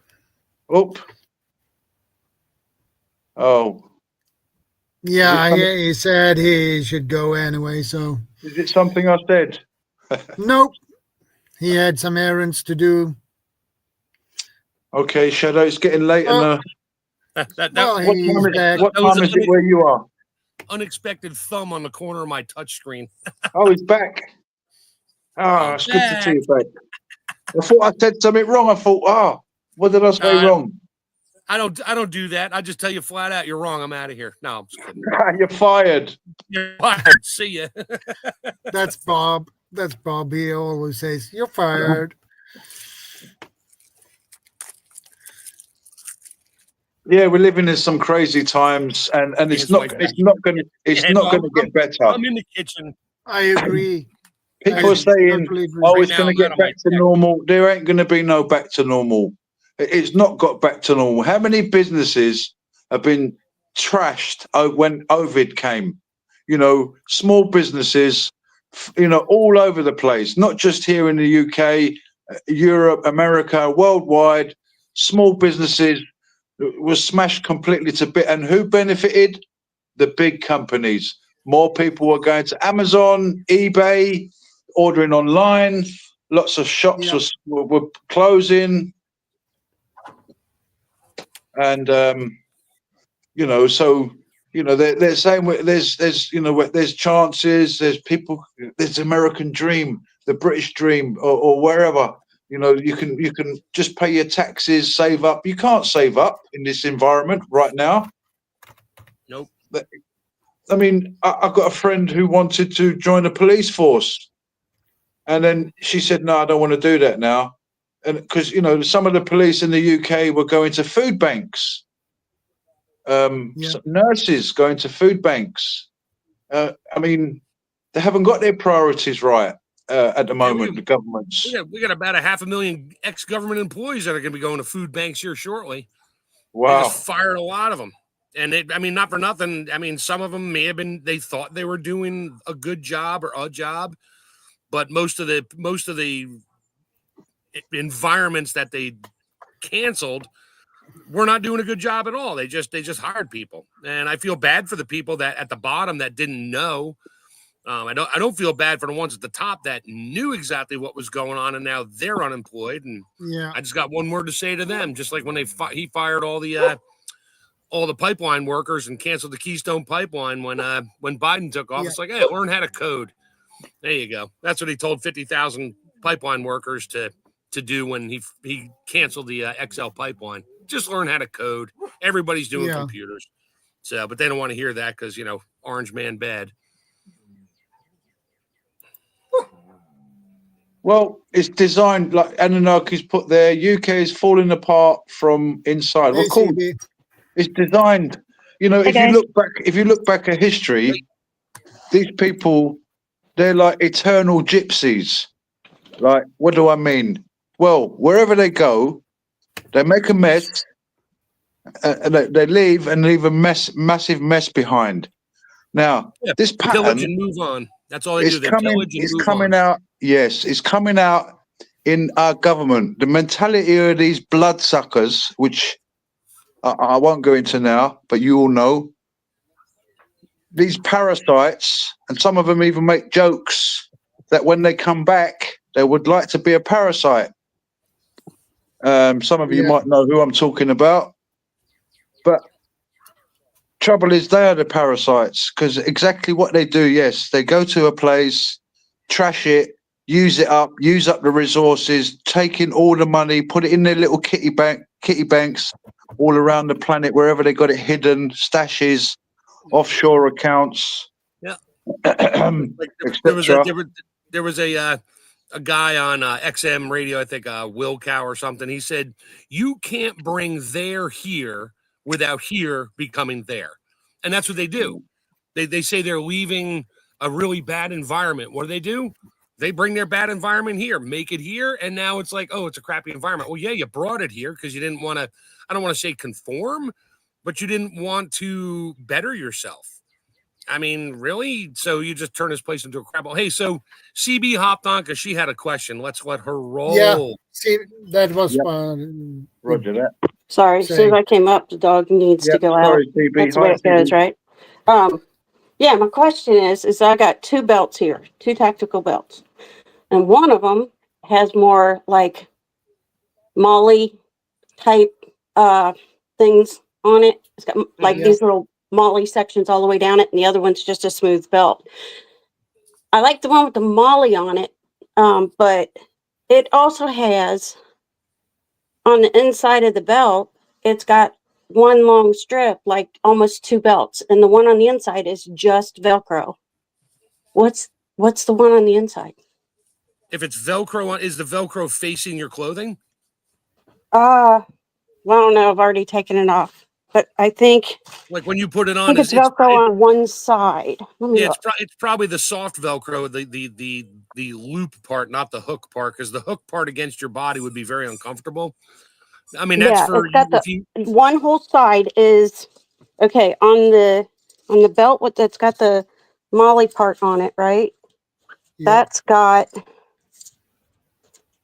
the soft part on the inside, right? The soft part of the Velcro. That's for other accessories that you could put small stick-on Velcro. The hook side, the well, it's got a whole strip that goes the whole length of the belt on the inside. That has on one side, it's got it's belt, the hook and loop. So it's got the hook. Yeah. Right. So the loop part is probably sewn on to the strap. The hook side is separate. That means you can cut pieces off of that and sew it on. That just gives you the width of the hook strip you need, and you can cut the lengths whatever you want. So you can put another handheld device, a small one, whatever, magazines, anything. You stick that onto there. It probably it might have a rip-off stick strip on it, but I doubt it. So no, it's almost like another belt. I mean, it's kind of nice. It's got the hook all the way down one side, and on the other side, just at the end, like a belt would, it's got the soft side. It's got You the know, so soft you could side. probably wear it Bushcraft like a belt. family. Bushcraft family says it's for inner concealed carry. Oh, to go Yes. inside your belt. Yeah, so Okay. it goes underneath the strap where it's with the soft side. You can put the loop side or the hook side on an accessory, another Oh, pattern, okay. whatever, I got it. and stick it underneath, but obviously not fat stuff. It's going to be thin things that wherever you can put it, that's still comfortable. Okay. Like a knife or something that Yeah. you can I slide mean, if you on the look at inside. is there a Okay. manufacturer's tag still on it or no? It's, I don't There's know, DEYACE. I don't well, know if that's even a name brand. whatever. If you Google Yeah. that, you might come up with something, and they might be like, "Oh, hey, and this is what we have, and it's the same thing or something similar," and then they Okay. show what you can do with it. The other one doesn't, you have to slide stuff on it, but Mhm. it's also that, that one's almost like, the kind of material you can't cut it. You know how they make Right. like stuff you can't cut? But I Yeah, like the like one that has China all or the, something. Yeah. like the molly type hooks all the way down it. I like that one better. They both have the clasp, you know, the good clasp on it. Okay. Yeah, use one that you feel comfortable with as well. Okay. I was wondering what that was on the inside. I'm like, am I supposed to do something with this? Okay. Cool. Thanks, guys. That's what Yeah. I needed. I'm You're figuring very it out. welcome, TB. All right. I'll be quiet now. Go back to what you're talking about.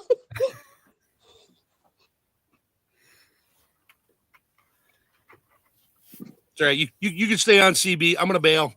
I gotta go. For once, I have to leave early. So Yeah, I I've will got to see you go all as well. soon. Thank you for all the stuff we're talking about here. I love it. And Nice look one. You're forward very Sounds like- welcome. next week I'm on coverage, so chances are I'll be lurking from my truck while I'm driving, listening on the phone, and maybe commenting every now and then. Yeah. So All right. all right, have a good one, everybody. Have a good one. Take care. And I'm going to say good night, everyone, as well. Thanks for having us on, Shadow. You're very Um, welcome. Sorry, I'm going off now that you've Yes, come on, as always. CB. Thank you, Shadow. You're very welcome. Have a good night, It's a everybody in the pleasure. chat. Anunnaki, anybody there? If you're still there, God bless. Good night, and see you next time. Will do. See Thank ya. you, Shadow. See ya. Good night. See ya. Good night.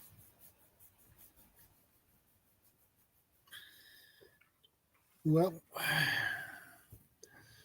I think it's Are you time wrapping to... it up then? Yeah, I think I Okay. do. Yeah. Yeah. I'm tired, actually. I was up early this morning because my wife should catch the train to go to Gothenburg and visit a friend. And then after that, she will visit our daughter in Uppsala. So Sounds my nice. wife, yeah. Oh, so you're So she will without be, adult supervision, huh? You're without what? yeah, Spousal supervision? yeah. You got the remote control all to yourself, and yeah. So we'll be home alone for 2 weeks. So Okay. Enjoy. yeah, I will. I usually do. I have 3 cats to take care of, so I'm not totally alone. Oh, yeah. Hey, Nancy. Okay. Well, thanks, Shadow. I'm going to drop out. Yeah. Thanks for I'll see stopping you by. I later. appreciate it. I see you later. Okay, guys. I wrap things up now. Thanks for stopping by. I appreciate it. And you know what? I appreciate every one of you, and because you're in such a nice company here. And I will see you guys next week. Same channel, same time. And yeah, and next week, as usual, on Wednesday, I will upload a new video. So it's always nice to see you too, Anunnaki. Thanks for stopping by. I appreciate it. So take care. Stay safe. God bless. be part of the solution, not the problem. And we are out.